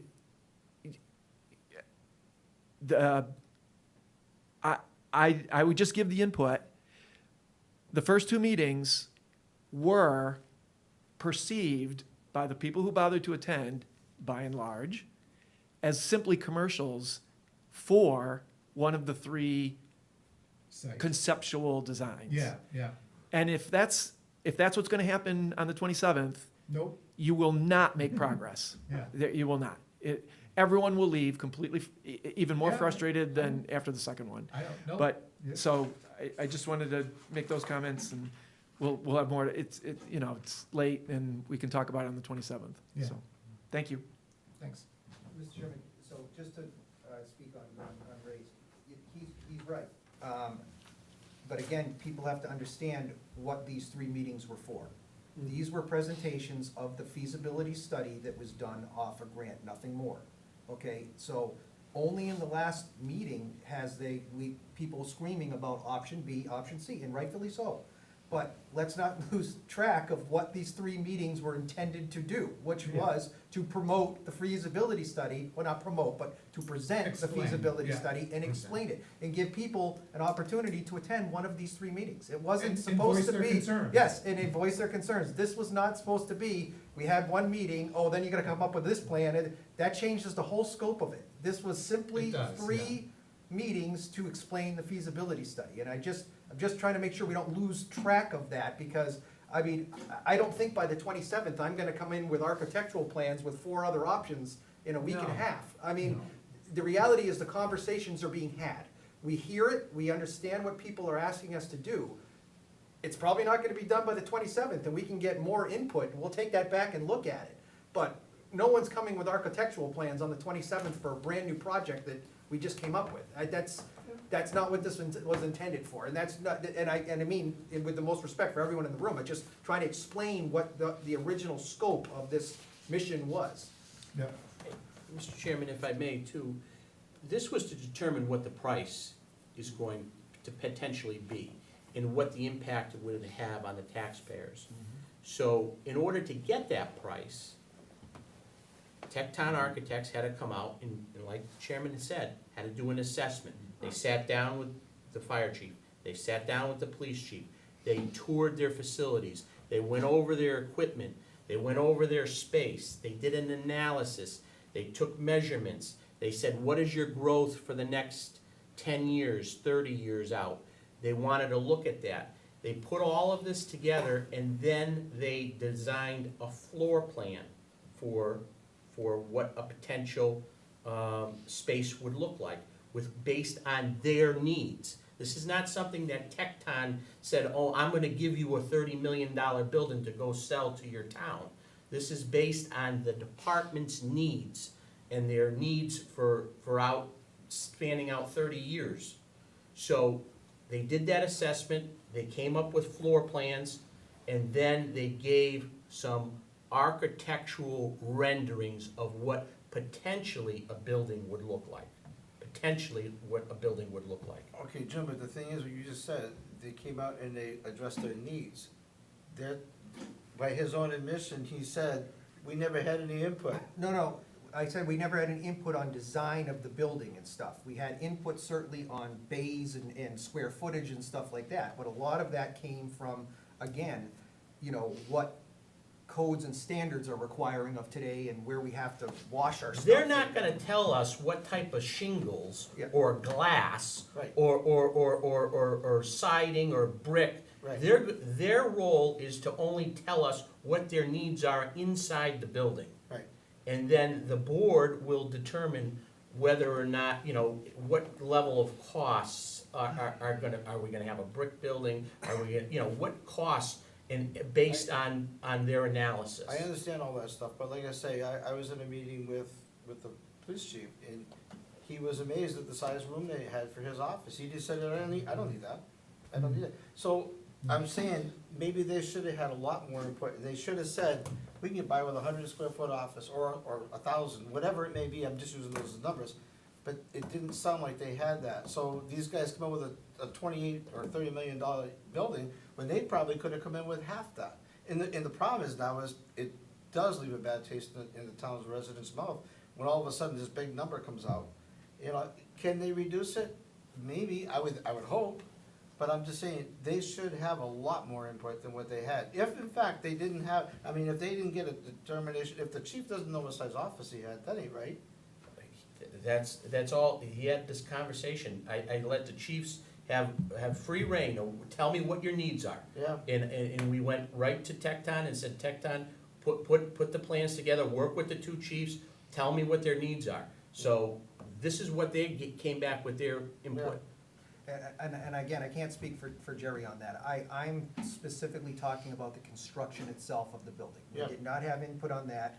There are other areas that required, you have to understand, in certain locations too, for handicap accessibility, topography of the land. Yeah. We couldn't do a one-story building. We had to do a two-story building, which then brought into effect elevators and all of that stuff. So there's a lot of factors that people, you know, that don't have any, you know, no experience looking into any of these things, you wouldn't think about. You know, we don't have a room for a one-story building safety complex on Route 19. You just don't, so you have to build up. Yeah. So all of those things change the price, they change the accessibility of it, they change the occupancy of it, so that's where you unfortunately see the numbers go up. Was I hoping the numbers would come in a lot lower than that? Yeah, absolutely. I don't think anyone was hoping that I would have loved to say, oh yeah, we can get the whole thing for 15 million, you know? But we're here now, and, you know, the reality is that we're more than willing to work with the town and anyone else with any ideas to look at what truly is the best option. I just want to make sure people understand it and compare apples to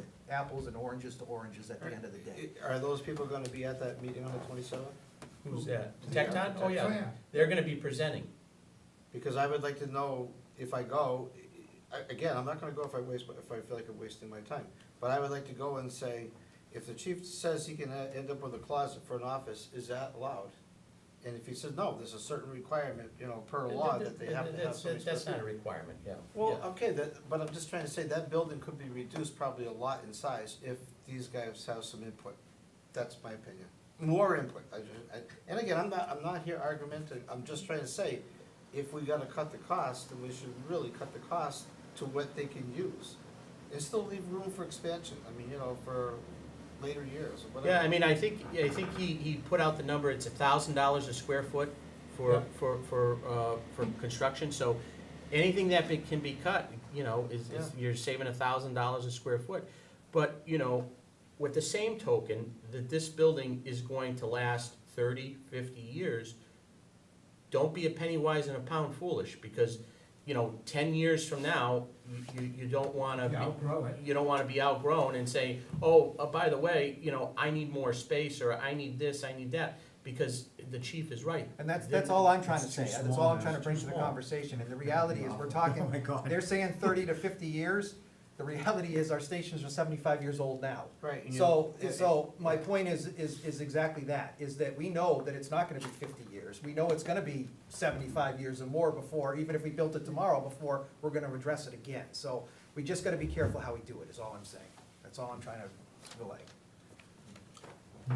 Just be willing to consider when the town doesn't support whatever gets put before them,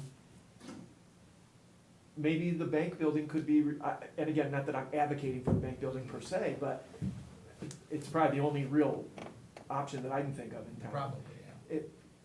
If that could be refurbed for $400 a square foot versus 1,000 or the figure I was going off of was 900, but might as well be 1,000. It's just, that's all I'm saying. Yeah, Is that, that's is that why- because the We're worst, studying. to me, the worst outcome is that the town doesn't support whatever gets put before it. That's the worst outcome. It would be worse than if the town did go for a $25 million project. Yeah, to do nothing. And that's my concern. Yeah. And so, and I'm convinced that as soon as you go over $10 or $12 million, start looking for those people who say, I don't care what it costs, because you're gonna need a lot of them. 'Cause Yeah. there'll be, like I say, 3 times as many people who say, well, again, I'm not advocating for this when I say it, but this is the mentality that's going to be out there. No one's gonna care about 30 years from now. No one's gonna care about 10 years from now. They're gonna care about next year when the taxes go up. And that has to be the primary factor, not the only factor by a long shot. We do need to, if we are gonna do something, it's gotta be appropriate, it's gotta meet code, it's gotta be, you know, usable. But it has to be, the most fundamental aspect is, I'd really encourage you guys, hopefully there'll be a big turnout, and I would even say something like this, I'd say, just an informal poll, who would support a $20 million project? Show of hands. Who would support, who would support a $5 million project? And, well, here's the thing, if every hand doesn't go up, let's just, you gotta have a floor. You can't do even option D for less than probably, I don't know, because I'm not a builder. But let's just say 5 million, 4 million, 5 million. So give them 3 options. Who would support a $6 million project? Who would support a $12 million project? Who would support an $18 million project? And do a show of hands. It's informal, but at least it gives you some sense. It's not a bad I'll- idea. I'm- And right, if no one I'll put stands for even $10 $6 million. I'll put $10 on the ratios, what you'll see, Yeah, if you wanna take me up on that. So, Yeah, no one's gonna worry about 30 years from now, because without increasing their taxes, half those people won't survive here for the next 30 years. You know what I mean? We Yeah. have a lot of elderly Yeah. people. Yeah. When I owned the oil business, I seen people, they could just barely either pay for their oil or pay for their food. They couldn't pay for both. We have a lot of older residents, and they couldn't afford that kind of taxes, so their houses are gonna go for sale. Or they're gonna lose them, or whatever's gonna happen, it's gonna happen, but, you know, we worry about 30 years on the road, we better worry about tomorrow, because Well, these people can't And stay. I assure you, that's not the goal. That's not the goal, No, is to and I know to that. move anybody out of here. And I know that, but I'm That's just not what saying- we want. All I was saying with the 30 years was that we know that when we say 50 years it's gonna last, we know it's gonna be a lot longer than that. Yeah. Historically, that's Right. the truth. Yeah. The truth is, in this town, and in many communities, that's the truth. And I just throwing it out there, that we have to understand that we know that's not gonna be replaced in 30 years. We get that. I agree that you do a great job for the town. I think the chief, police chief does a great job for the town, but it just seems like we're not doing, we should start doing something, but we just can't do everything. That's, you know, I mean, if we don't do something pretty quick, nothing's gonna get done again, any other town. Yeah, Sure, you- okay, we are last- working on it, Jim, and I appreciate your comments tonight. Thank you, and Ray. Last comment from Derek? I just want to add that we've been through this for more than 3 years, looking at buildings, looking at possibilities, doing our homework, open to the public, and, you know, it's been a lot of work. The second thing I want to say is, you know, I kind of like the idea of asking on the floor who will support how much. But do we know how much is X amount of numbers, how much it will cost X amount a month? That will be the reality, because, you know, if I don't like 5, maybe I like 6, or I don't like 6, I like 7 or 4. So it's very hard. I'll be happy to supply those numbers. Excellent. Okay. That's what we want, people to get on, hands-on and help us, because we've been doing this for more than 3 years, and we've been going through all of this. The board has a former architect who have seen a lot of this stuff going on. I know about building codes and structural. I know what that means. And, you know, the architects did a wonderful job. They spent many hours interviewing everybody at the police and the fire station. How many offices do we need? How many people? How many this? To come up with a possible option, which would be the ideal. Yes, it's way too expensive, but what's not expensive today?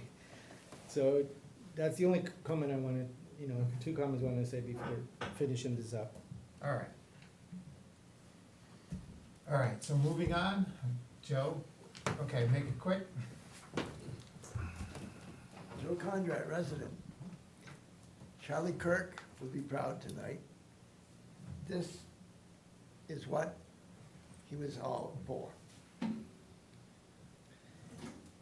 It's unfortunate that his voice was silenced. But even in this room, we've proved that the discourse between one person and another can get to a point where, all right, we'll have a standing vote. Who wants to pay this much? Who wants to pay that much? He would be proud of us. Thank you. All right. Okay, our next meeting, September 25th, 2025, at 6 PM. And what is the final town common meeting? That's just the regular meeting, right? Yeah, they're gonna It's have a one, virtual. virtual. 4 PM, same day. Okay. And the 25th is also a poll hearing. No, that was the other Okay, all right. That's what I was referring to. Town common meeting? I probably confused you earlier. Okay, so I'd like to read a statement. I'm not gonna take, because it's late, I'm not gonna take any questions or comments after it, and then we can close, okay? The board acknowledges a violation of the social media policy by a member that occurred on Facebook a couple months ago. The matter has been addressed internally, and we are confident that it's been fully resolved. Town employees should always be mindful of how they present themselves to the public, online and otherwise. Is there a motion to adjourn? Make a motion to adjourn. Second? Second, All in favor? David Dufresne, aye. Derek Bailey's aye. Richi Hacker, aye. We are adjourned. Good